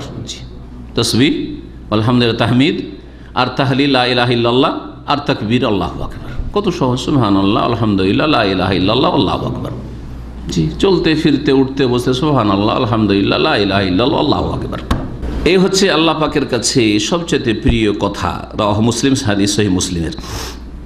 রাত্রে মাঝে মাঝে ঘুম ভেঙে যায় আমাদের, অনেকের কাঁচা ঘুম, বারবার ঘুম ভাঙে, অথবা যে কোনো কারণে রাতের ঘুম ভেঙে গেল, আসলে এখন উঠবেন না, এখন আরও ঘুমাবার সময় হয়তো আছে, এইরকম সময়গুলিতে বিশেষ করে, অথবা তাহাজ্জুদ পড়ার জন্য এখন উঠবেন, এখনও ফজর হয়নি, তাহাজ্জুদ পড়ার জন্য উঠবেন। একেবারে শেষ যখন ফিনিশ করে ঘুম থেকে উঠছেন, তখন তো দোয়া আছে। কি দোয়া আছে? আল্লাহুম্মা আলহামদুলিল্লাহিল্লাযী আহইয়ানা বাদামা আমাতানা ওয়া ইলাইহিন নুশুর। কিন্তু রাতের মাঝখানে সে তাহাজ্জুদের সময় অথবা এমনিতেই হঠাৎ করে অনিচ্ছাকৃত ঘুম ভেঙে গেল, তখন কি দোয়া পড়বেন বা কি জিকির আজকার করবেন? এই আমলগুলি খুব সহজ, আর করে দেখবেন, এর অনেক ফলাফল আছে। আখিরাতের ফলাফল ছাড়া, নেকির ফলাফল ছাড়া দুনিয়ার ফলাফল আছে। এই যে ঘুম ভেঙে যাচ্ছে, আপনি ওই সময় এই জিকির আজকারগুলি যদি পড়ে নেন, এক তো ওই সময় দোয়া করলে দোয়া কবুল হয়, গাফিলতি দূর হইল। 2 নম্বর, শয়তান আশেপাশে থাকলে বিতাড়িত হইল। শয়তান আপনার ক্ষতি করার চেষ্টা করবে, আপনার পরিবারের ছেলে মেয়েদের ক্ষতি করার চেষ্টা করবে, আপনার ধন সম্পদের ক্ষতি করার চেষ্টা করবে, আপনার ইমানের আমলের ক্ষতি করার চেষ্টা করবে, আপনাকে পেরেশান করার চেষ্টা করবে, খারাপ স্বপ্ন দেখিয়ে এসব করবে শয়তান। বহু রকমের শয়তানের অনিষ্ট রয়েছে, এগুলি থেকে হেফাজতে থাকবেন। সহিহ বুখারীর হাদিস আপনাদেরকে শোনাই, ওবাদা ইবনে সামিত রাদিয়াল্লাহু তাআলা আনহু থেকে বর্ণিত, বলছেন কালা রাসূলুল্লাহ সাল্লাল্লাহু আলাইহি ওয়াসাল্লাম, নবী সাল্লাল্লাহু আলাইহি ওয়াসাল্লাম বলেছেন, মান তাআররা মিনাল লাইল, কেউ যদি রাতে জেগে যায়, নিদ্রা ভেঙে গেল, ফাকালা, তারপরে বলল লা ইলাহা ইল্লাল্লাহু ওয়াহদাহু লা শারীকা লাহু লাহুল মুলকু ওয়া লাহুল হামদু ওয়া হুয়া আলা কুল্লি শাইইন কাদির, কালিমা তাওহীদ 1 নম্বর মনে রাখেন। 2 নম্বর, তারপরে বলবে সুবহানাল্লাহ আলহামদুলিল্লাহ ওয়া লা ইলাহা ইল্লাল্লাহ আল্লাহু আকবার ওয়া লা হাওলা ওয়া লা কুওয়াতা ইল্লা বিল্লাহ। যদি কালিমা তাওহীদ প্রথমটা ধরেন তাহলে কয়টা হইল? 6টা কালিমা হইল। লা ইলাহা ইল্লাল্লাহু ওয়াহদাহু লা শারীকা লাহু লাহুল মুলকু ওয়া লাহুল হামদু ওয়া হুয়া আলা কুল্লি শাইইন কাদির 1। তারপরে বললেন কি? সুবহানাল্লাহ আলহামদুলিল্লাহ লা ইলাহা ইল্লাল্লাহ আল্লাহু আকবার ওয়া লা হাওলা ওয়া লা কুওয়াতা ইল্লা বিল্লাহ। কোনগুলি মুখস্থ নেই আপনাদের? এমন কেউ আছেন যে মুখস্থ নেই কিন্তু আমল আছে? আল্লাহ পাক আমল করার তৌফিক দান করুন। মুশকিলটা হচ্ছে আমলের কাছে গিয়ে কেন করছেন না আমল? এতে আপনার লাভ, জি আপনার লাভ প্রথম, তারপরে আপনার ছেলে মেয়েদের লাভ, আপনার বাড়ির বরকত, আপনার দিন দুনিয়ার লাভ, সব রকম লাভ এতে রয়েছে। চেষ্টা করবেন আমল করার। আজকে যার ঘুম ভেঙে যাবে মনে রাখবেন যে ঘুম ভাঙলে আমি এই পড়বো।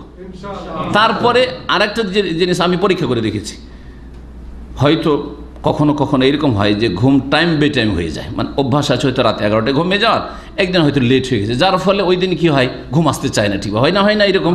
অথবা আপনাদের যারা ব্যাচেলর আছেন অনেক সময় ওই পারিবারিক চিন্তা বা টেনশনে অনেক সময় ঘুম আসতে চায় না। এই দোয়াগুলি জিকিরগুলি পড়ে নেওয়ার পরে আবার শুয়ে গেলে ঘুমটা খুব ভালো আসে। এটা দুনিয়াবি ফায়দার কথা বলছি, পরীক্ষিত। জি, আর শয়তান ডিস্টার্ব করার কোনো সুযোগ পাই না। জি,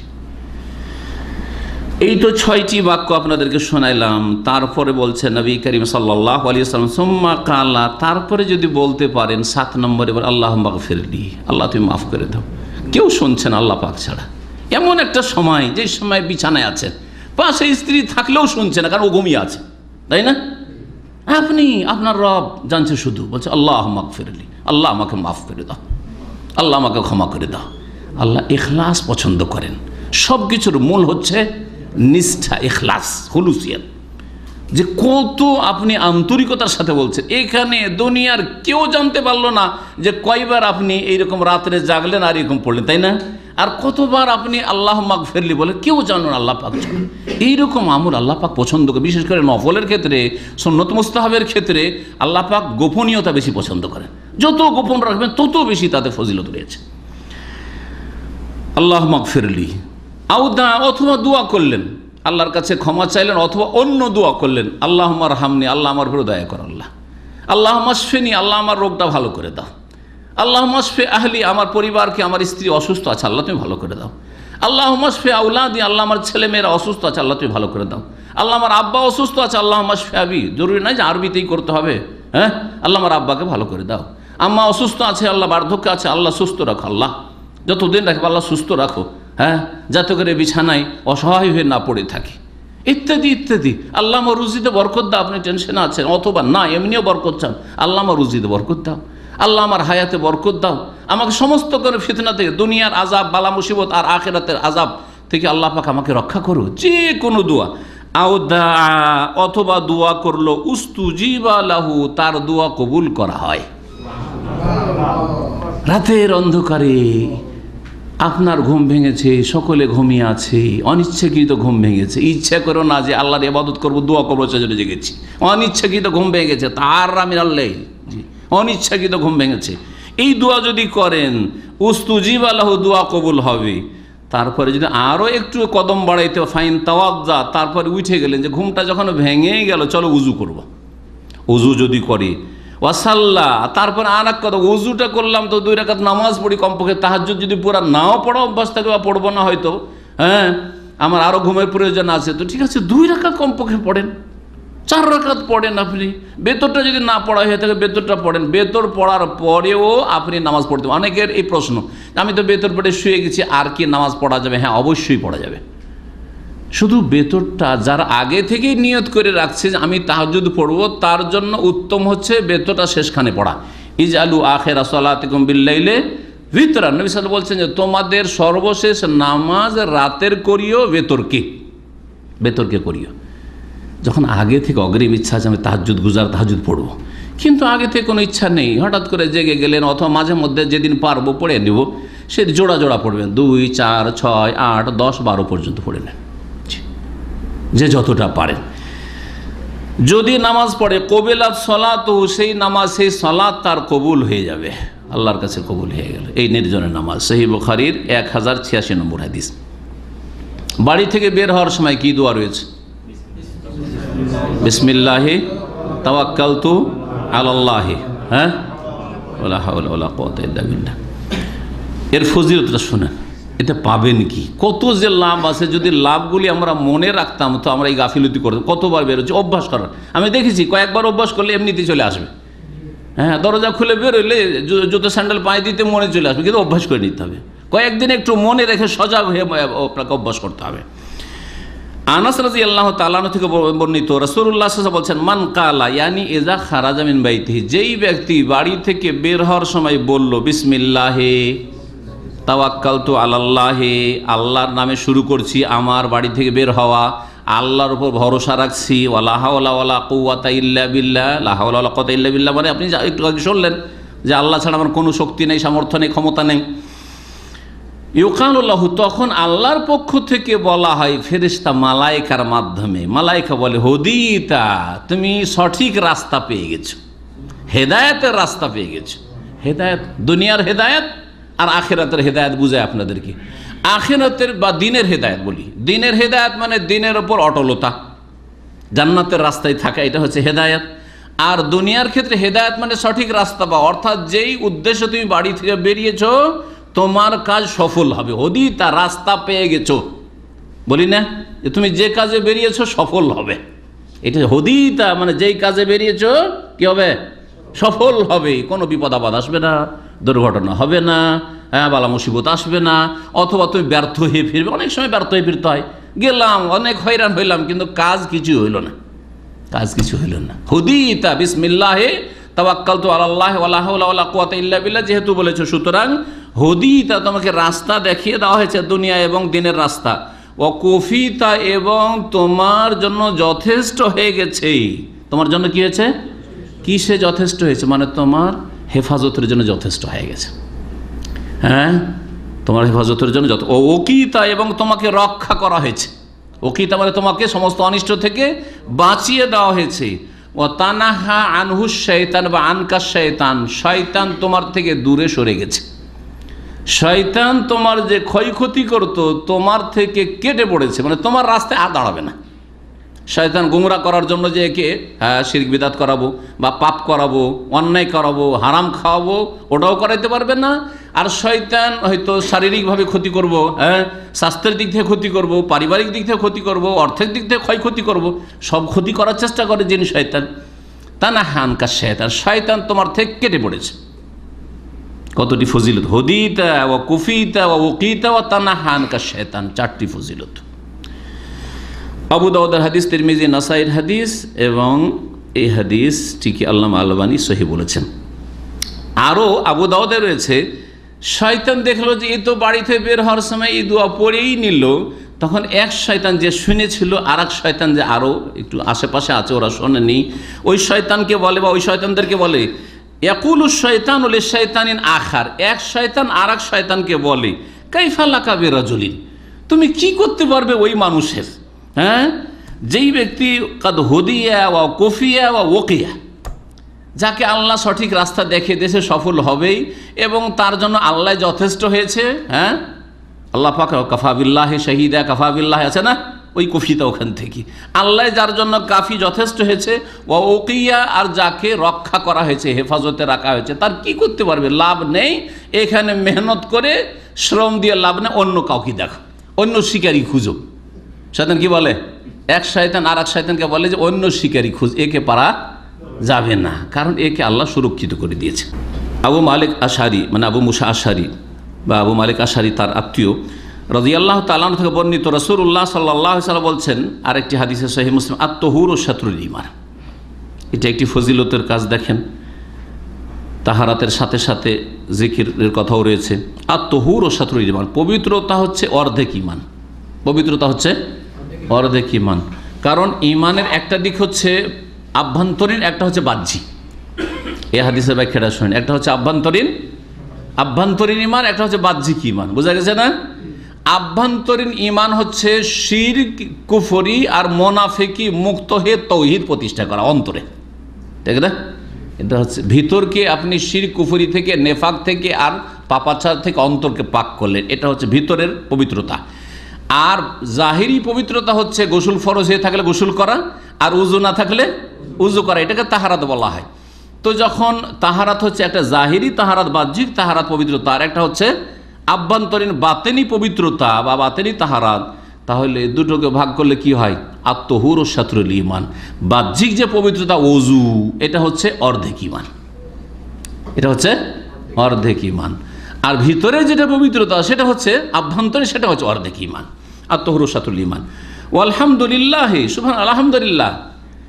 ইচ্ছা করলে দিনে যে কতবার বলতে পারে আলহামদুলিল্লাহ। হ্যাঁ, খাবার সামনে আসতে আলহামদুলিল্লাহ, মনটা বলছে আলহামদুলিল্লাহ, তাই না? বিনা পরিশ্রমে খাবার পেয়ে গেল। হ্যাঁ, অথবা আল্লাহ পাই যে খাবারের পয়সা জুটিয়েছে, সুবহানাল্লাহ। আপনার কাছে পয়সা আছে, আরেকজনের কাছে পয়সা নেই। একদিন আগে এক লোক এসে বলছে যে আমি দুপুরে খাবো, তো পয়সা নেই আমার কাছে। আপনাকে তো আল্লাহ এরকম করতে পারতেন, তারপর আলহামদুলিল্লাহ বলা উচিত নয় যে আমার কাছে খাবার আছে? শুধু খাবারের শেষখানি আলহামদুলিল্লাহ না? হ্যাঁ, হাড়ে হাড়ে আপনি আলহামদুলিল্লাহ বলবেন। আপনি হ্যাঁ, মুহূর্তে মুহূর্তে মনে মনে আপনি আলহামদুলিল্লাহ বলবেন যে আল্লাহর কত বড় নিয়ামত। জি, আজকে দুর্ভিক্ষে সোমালিয়ার মানুষ, আফ্রিকার মানুষ অনেকে মারা যাচ্ছে, সুবহানাল্লাহ, আর আপনার কাছে খাবারের অভাব নেই। কি শুকরিয়া আদায় করছেন? আলহামদুলিল্লাহ। জি, আলহামদুলিল্লাহ তামলাউল মিজান। আর এই আলহামদুলিল্লাহ এই বাক্যটি আল্লাহ পাকের যাবতীয় প্রশংসা, এতটুকু শুধু কথা বললেন, এতে মিজান যে নেকির দাঁড়িয়ে পাল্লা আছে তা ভর্তি হয়ে যাবে। তামলাও, আরবি আজকাল মাতৃভাষাতে মালিয়ান বলছে না, মালিয়ান মানে ভর্তি, তামলাও ভর্তি হয়ে যাবে, মিজান ভর্তি হয়ে যাবে। কিন্তু আগে বলেছি যে ফরজ ঠিক থাকার পরে, বোঝা গেছে না, তখন মিজান ভর্তি হবে। ও সুবহানাল্লাহ আলহামদুলিল্লাহ তামলা আনি আও তামলাউ মা বাইনাস সামাওয়াতি ওয়াল আরদ। আর যারা বলল সুবহানাল্লাহ আলহামদুলিল্লাহ দুটো বলল, তাতে তার দাঁড়ি পাল্লা ভর্তি হওয়ার পরে আসমান জমিনের মাঝে সব কিছুই ভর্তি হয়ে যাবে। তামলা আনি মা বাইনাস সামাই ওয়াল আরদ, সুবহানাল্লাহ, আসমান জমিনের মাঝে সব কিছুই ভর্তি হয়ে যাবে। কত নেকি তাহলে আল্লাহ পাক দেবেন এই ছোট্ট কালিমা সুবহানাল্লাহ আলহামদুলিল্লাহ। জি, নিচে নামছেন সিঁড়ি থেকে, অভ্যাস করেছেন সুবহানাল্লাহ, ওপরে উঠছেন আল্লাহু আকবার, লিফটে উঠছেন, কেন অভ্যাস করেন না যে লিফটে ওপরে যাচ্ছি আল্লাহু আকবার? যতই ওপরে উঠি না কেন, কেন আল্লাহু আকবার বলছেন? যতই ওপরে উঠি না কেন, আল্লাহ আমার উপরে, ঠিক না? নিচে নামছি আল্লাহ, আমি নিচে নামছি, হ্যাঁ, কিন্তু আল্লাহ পাক রব্বুল আলামিন এসব থেকে পবিত্র। হ্যাঁ, আল্লাহ পাক পবিত্র। জি, সহিহ মুসলিমের হাদিস। আর দুটি ফজিলতের কথা বর্ণনা করে শেষ করে দিয়েছি। সাদ বিন আবি ওয়াক্কাস, যে 10 জন জান্নাতের সুসংবাদ প্রাপ্ত সাহাবী ছিলেন, তাদের একজন। নবী করিম সাল্লাল্লাহু আলাইহি ওয়াসাল্লামের মামা লাগতেন, আত্মীয়তার দিক থেকে মামা, বলতেন এই সাদ বিন আবি ওয়াক্কাস আমার মামা খালি। নবী করিম সাল্লাল্লাহু আলাইহি ওয়াসাল্লাম বলছেন কুন্না ইনদা রাসূলিল্লাহ সাল্লাল্লাহু আলাইহি ওয়াসাল্লাম, আমরা রাসূলুল্লাহ সাল্লাল্লাহু আলাইহি ওয়াসাল্লামের কাছে এক সময় ছিলাম। ফাকালা, তিনি বললেন, আয়াজিজু আহাদুকুম আন ইয়াকসিবা ফি কুল্লি ইয়াউমিন আলফা হাসানা, তোমাদের মধ্যে কোনো মানুষ কি অপারগ দিনে 1000 নেকি করতে? একদিনে 1000 নেকি করতে হবে, এমন কি আছে যে অপারগ, আমি পারবো না? আছে? এরকম জিজ্ঞেস করছিল রাসূলুল্লাহ সাল্লাল্লাহু আলাইহি ওয়াসাল্লাম। ফাসালাহু সাইলু মিন জুলাসাহি, যে মজলিসে বসেছিল লোকেরা, সাহাবায়ে কেরাম বসেছিলেন, তাদের একজন জিজ্ঞেস করলেন, কাইফা ইয়াকসিবু আলফা হাসানা ইয়া রাসূলুল্লাহ, হে আল্লাহর রাসূল, 1000 নেকি কেমন করে করব? কি তরিকা, সেটা কি যে 1000 নেকি পাবো? খুব সহজ। পীর নবী সাল্লাল্লাহু আলাইহি ওয়াসাল্লাম বললেন, ইউসাব্বিহু মিআতা তাসবিহা, 100 বার সুবহানাল্লাহ বলেন। কি বলবেন? সুবহানাল্লাহ সুবহানাল্লাহ সুবহানাল্লাহ সুবহানাল্লাহ সুবহানাল্লাহ। কতক্ষণ লাগে? 100 বার সুবহানাল্লাহ। ফায়ুক্তাবু লাহু আলফ হাসানা, তাহলে তাতে কত নেকি পেলেন? 1000 নেকি। 100তে 1000, তাহলে একবার সুবহানাল্লাহ বললে 10, হ্যাঁ 10, জি 10 হয়ে গেল। আও ইউহাত্তু আনহু আলফ খাতিয়া, এবং বা অথবা তার সাথে সাথে তার 1000 গুনাহ মাফ হবে। 100 বার সুবহানাল্লাহ বললে 1000 নেকি হবে, অথবা কিংবা তার সাথে কি হবে? 1000 গুনাহ মাফ হবে। কত গুনাহ আমাদের দ্বারা হচ্ছে, ইচ্ছাকৃত অনিচ্ছাকৃত, আল্লাহ সমস্ত গুনাহ যেন মাফ করেন। সহিহ মুসলিমের হাদিস। দোয়ার ফজিলত সম্পর্কে বলে শেষ করব এবং আমল করবেন। দুটি ক্ষেত্রে এর আমল রয়েছে। একজন সাহাবিয়া মহিলা খাওলা নামক, তিনি বলছেন যে সামিয়তু রাসূলুল্লাহ সাল্লাল্লাহু আলাইহি ওয়াসাল্লাম ইয়াকুল, রাসূলুল্লাহ সাল্লাল্লাহু আলাইহি ওয়াসাল্লাম আমি বলতে শুনেছি, মান নাযালা মানজিলান, কোনো জায়গায় কেউ যদি অবতরণ করে, কোথাও নামলেন আপনি। আমি এর প্র্যাকটিক্যাল উদাহরণ দিই। প্রতিদিন আমরা ডিউটিতে আসছি না কর্মক্ষেত্রে, আমি ইসলামী সেন্টারে আমার কাজের জন্য ঢুকছি, ঠিক না? এখানে নামলাম, জি, এটা একটা জায়গা। আর একবার গিয়ে বাসায় নামলাম, কোনো বিপদ আপদ যে কোনো আসতে পারে না? আপনার কর্মক্ষেত্র কখন আল্লাহ না করে বিপদ আসতে পারে, বাড়িতেও আসতে পারে না? আগুন পানি ইত্যাদি কত রকমের বালা মুসিবত আছে না নেই? দোষ দুশ্মন কত কি আছে। জি, সৌদি আরবের দ্বিতীয় বড় ধনী জেদ্দায়, দ্বিতীয় বড় ধনী প্রিন্স ওয়ালিদ বিন তালালের পরে, সে একা তার বিশাল প্যালেসের জেদ্দায় ছিল। গত 2 সপ্তাহ আগের খবর। থাকে কিছু লোকেরা কয়েকজন এসে জবাই করে পলিথিনে ঢুকিয়ে রেখে চলে গেছে। এ ধন কাজে আসলো? মা গানানো মালো মা কাসাব, না ধন সম্পদ কাজে আসলো, না দুনিয়ার উপার্জন কাজে আসলো, না খ্যাতি কাজে আসলো যে পৃথিবীর মধ্যে এত নম্বরের ধনী আর এত নম্বরের এই, কিছুই কাজে আসলো না। প্যালেসে, তারপরে নিজের বাড়িতে। জি হ্যাঁ, চারিদিকে ক্যামেরা লাগানো আছে। যদিও অপরাধীরা ধরা খেয়েছে কয়েকদিন পরে, কিন্তু জীবনটা তো চলে গেল।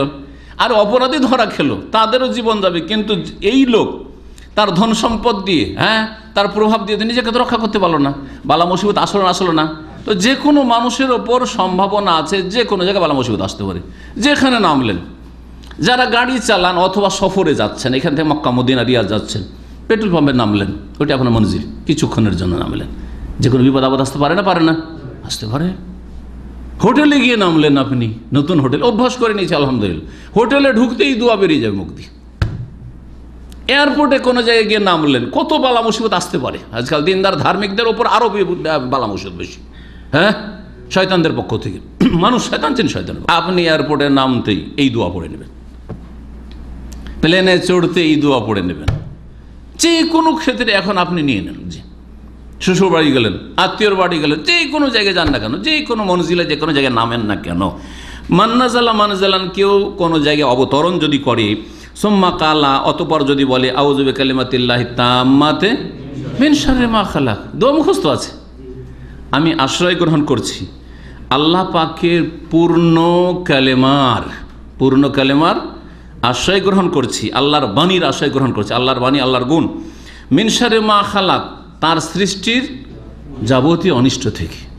যে কোনো সৃষ্টির অনিষ্ট, সাপের অনিষ্ট, বিচ্ছুর অনিষ্ট, চোর ডাকাত চিন্তাকারী দুশ্মন, হ্যাঁ, যে কোনো মানুষ হোক, জিন হোক আর কীট পতঙ্গ হোক, সমস্ত রকমের অনিষ্ট থেকে কি করছি?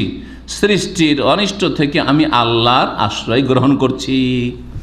আউযু বিকালিমাতিল্লাহি তাম্মাতি মিন শাররি মা খালাক লাম ইয়াদুররুহু শাইউন। সুবহানাল্লাহ, কোনো কিছু তার ক্ষতি করতে পারবে না। কে বলছেন এটা?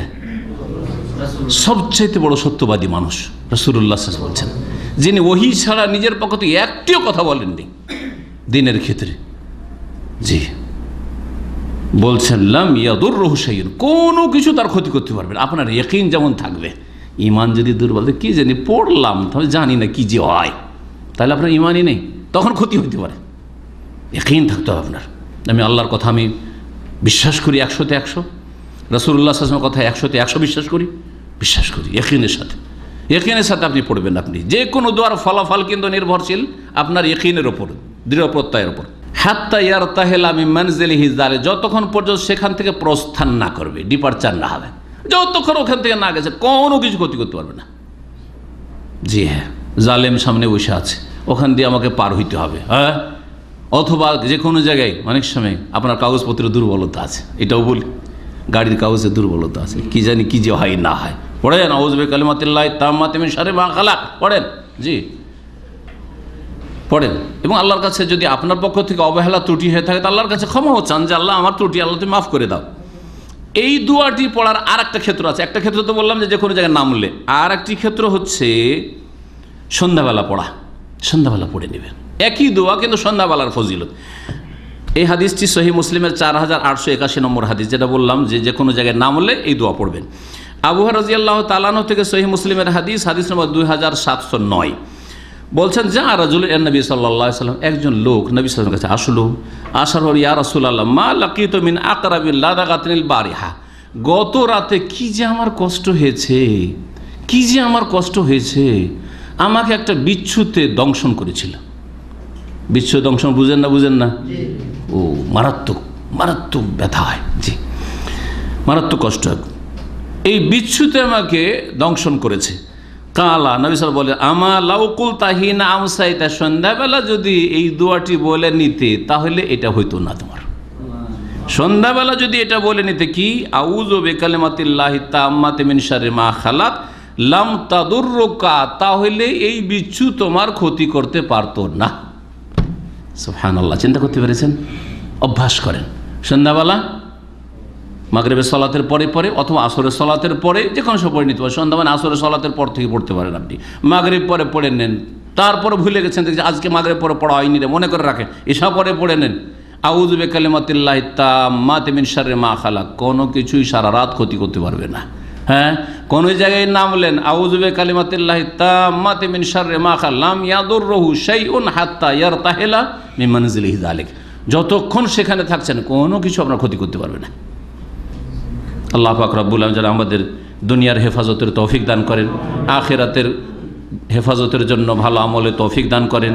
আল্লাহ পাক আমাদের সকলকে জান্নাতুল ফিরদৌস দান করেন। দুনিয়ার সমস্ত রকমের বিপদ আপদ বালা মুসিবত থেকে ভাই বোন সকলের মুসলিম নর নারীর হেফাজত করেন। আল্লাহ পাক রব্বুল নেক লোকদের দলে আমাদেরকে শামিল করে নেন। আল্লাহ পাক তার জিকির আজকারের তৌফিক দান করেন। সকাল সন্ধ্যার দোয়া জিকির আজকারের হেফাজতের আল্লাহ পাক তৌফিক দান করেন। আল্লাহ পাকের দিনের হেফাজতের তৌফিক দান করেন। ফরজ ওয়াজিবের সুরক্ষার হেফাজতের আল্লাহ পাক তৌফিক দান করেন। সুন্নত মুস্তাহাব বেশি বেশি করার আল্লাহ পাক যেন তৌফিক দান করেন। সমস্ত রকমের কাবিরা বড় ছোট গুনাহ থেকে আল্লাহ পাক যেন বেঁচে থাকার তৌফিক দান করেন। আল্লাহ পাক আমাদেরকে তওবা করে তার দিকে সবসময় ফিরে থাকার তৌফিক দান করেন। আল্লাহ পাক আমাদেরকে দিনের ক্ষেত্রে অগ্রগামী হওয়ার, এলমের আমলের আল্লাহ পাক যেন তৌফিক দান করেন। যা কিছু শিখছি আমল করছি তার দিকে মানুষকে আহ্বান করার দাওয়াত দেওয়ার আল্লাহ পাক তৌফিক দান করেন। আল্লাহ পাক আম্বিয়া রসুলদের সাথে যেন আমাদের হাসর করেন এবং আল্লাহ পাক যেন নবী করিম সাল্লাল্লাহু আলাইহি ওয়াসাল্লামের শাফাআত হাউজে কাউসারে পানি দান করেন। আল্লাহ পাক সমস্ত রকমের বালা মুসিবত থেকে সুরক্ষিত হেফাজতে রাখেন। ছেলে মেয়েদেরকে আল্লাহ পাক সুস্থ হেফাজতে রাখেন। তাদেরকে আল্লাহ পাক নেক করেন, পরিবারকে নেক করেন। আল্লাহ পাক রব্বুনা আমাদের সার্বিক কল্যাণ যেন দান করেন। রব্বানা আতিনা ফিদ দুনিয়া হাসানা ওয়া ফিল আখিরাতি হাসানা ওয়া কিনা আযাবান নার। সুবহানা রাব্বিকা রাব্বিল ইজ্জাতি আম্মা ইয়াসিফুন ওয়া সালামুন আলাল মুরসালিন ওয়াল হামদুলিল্লাহ।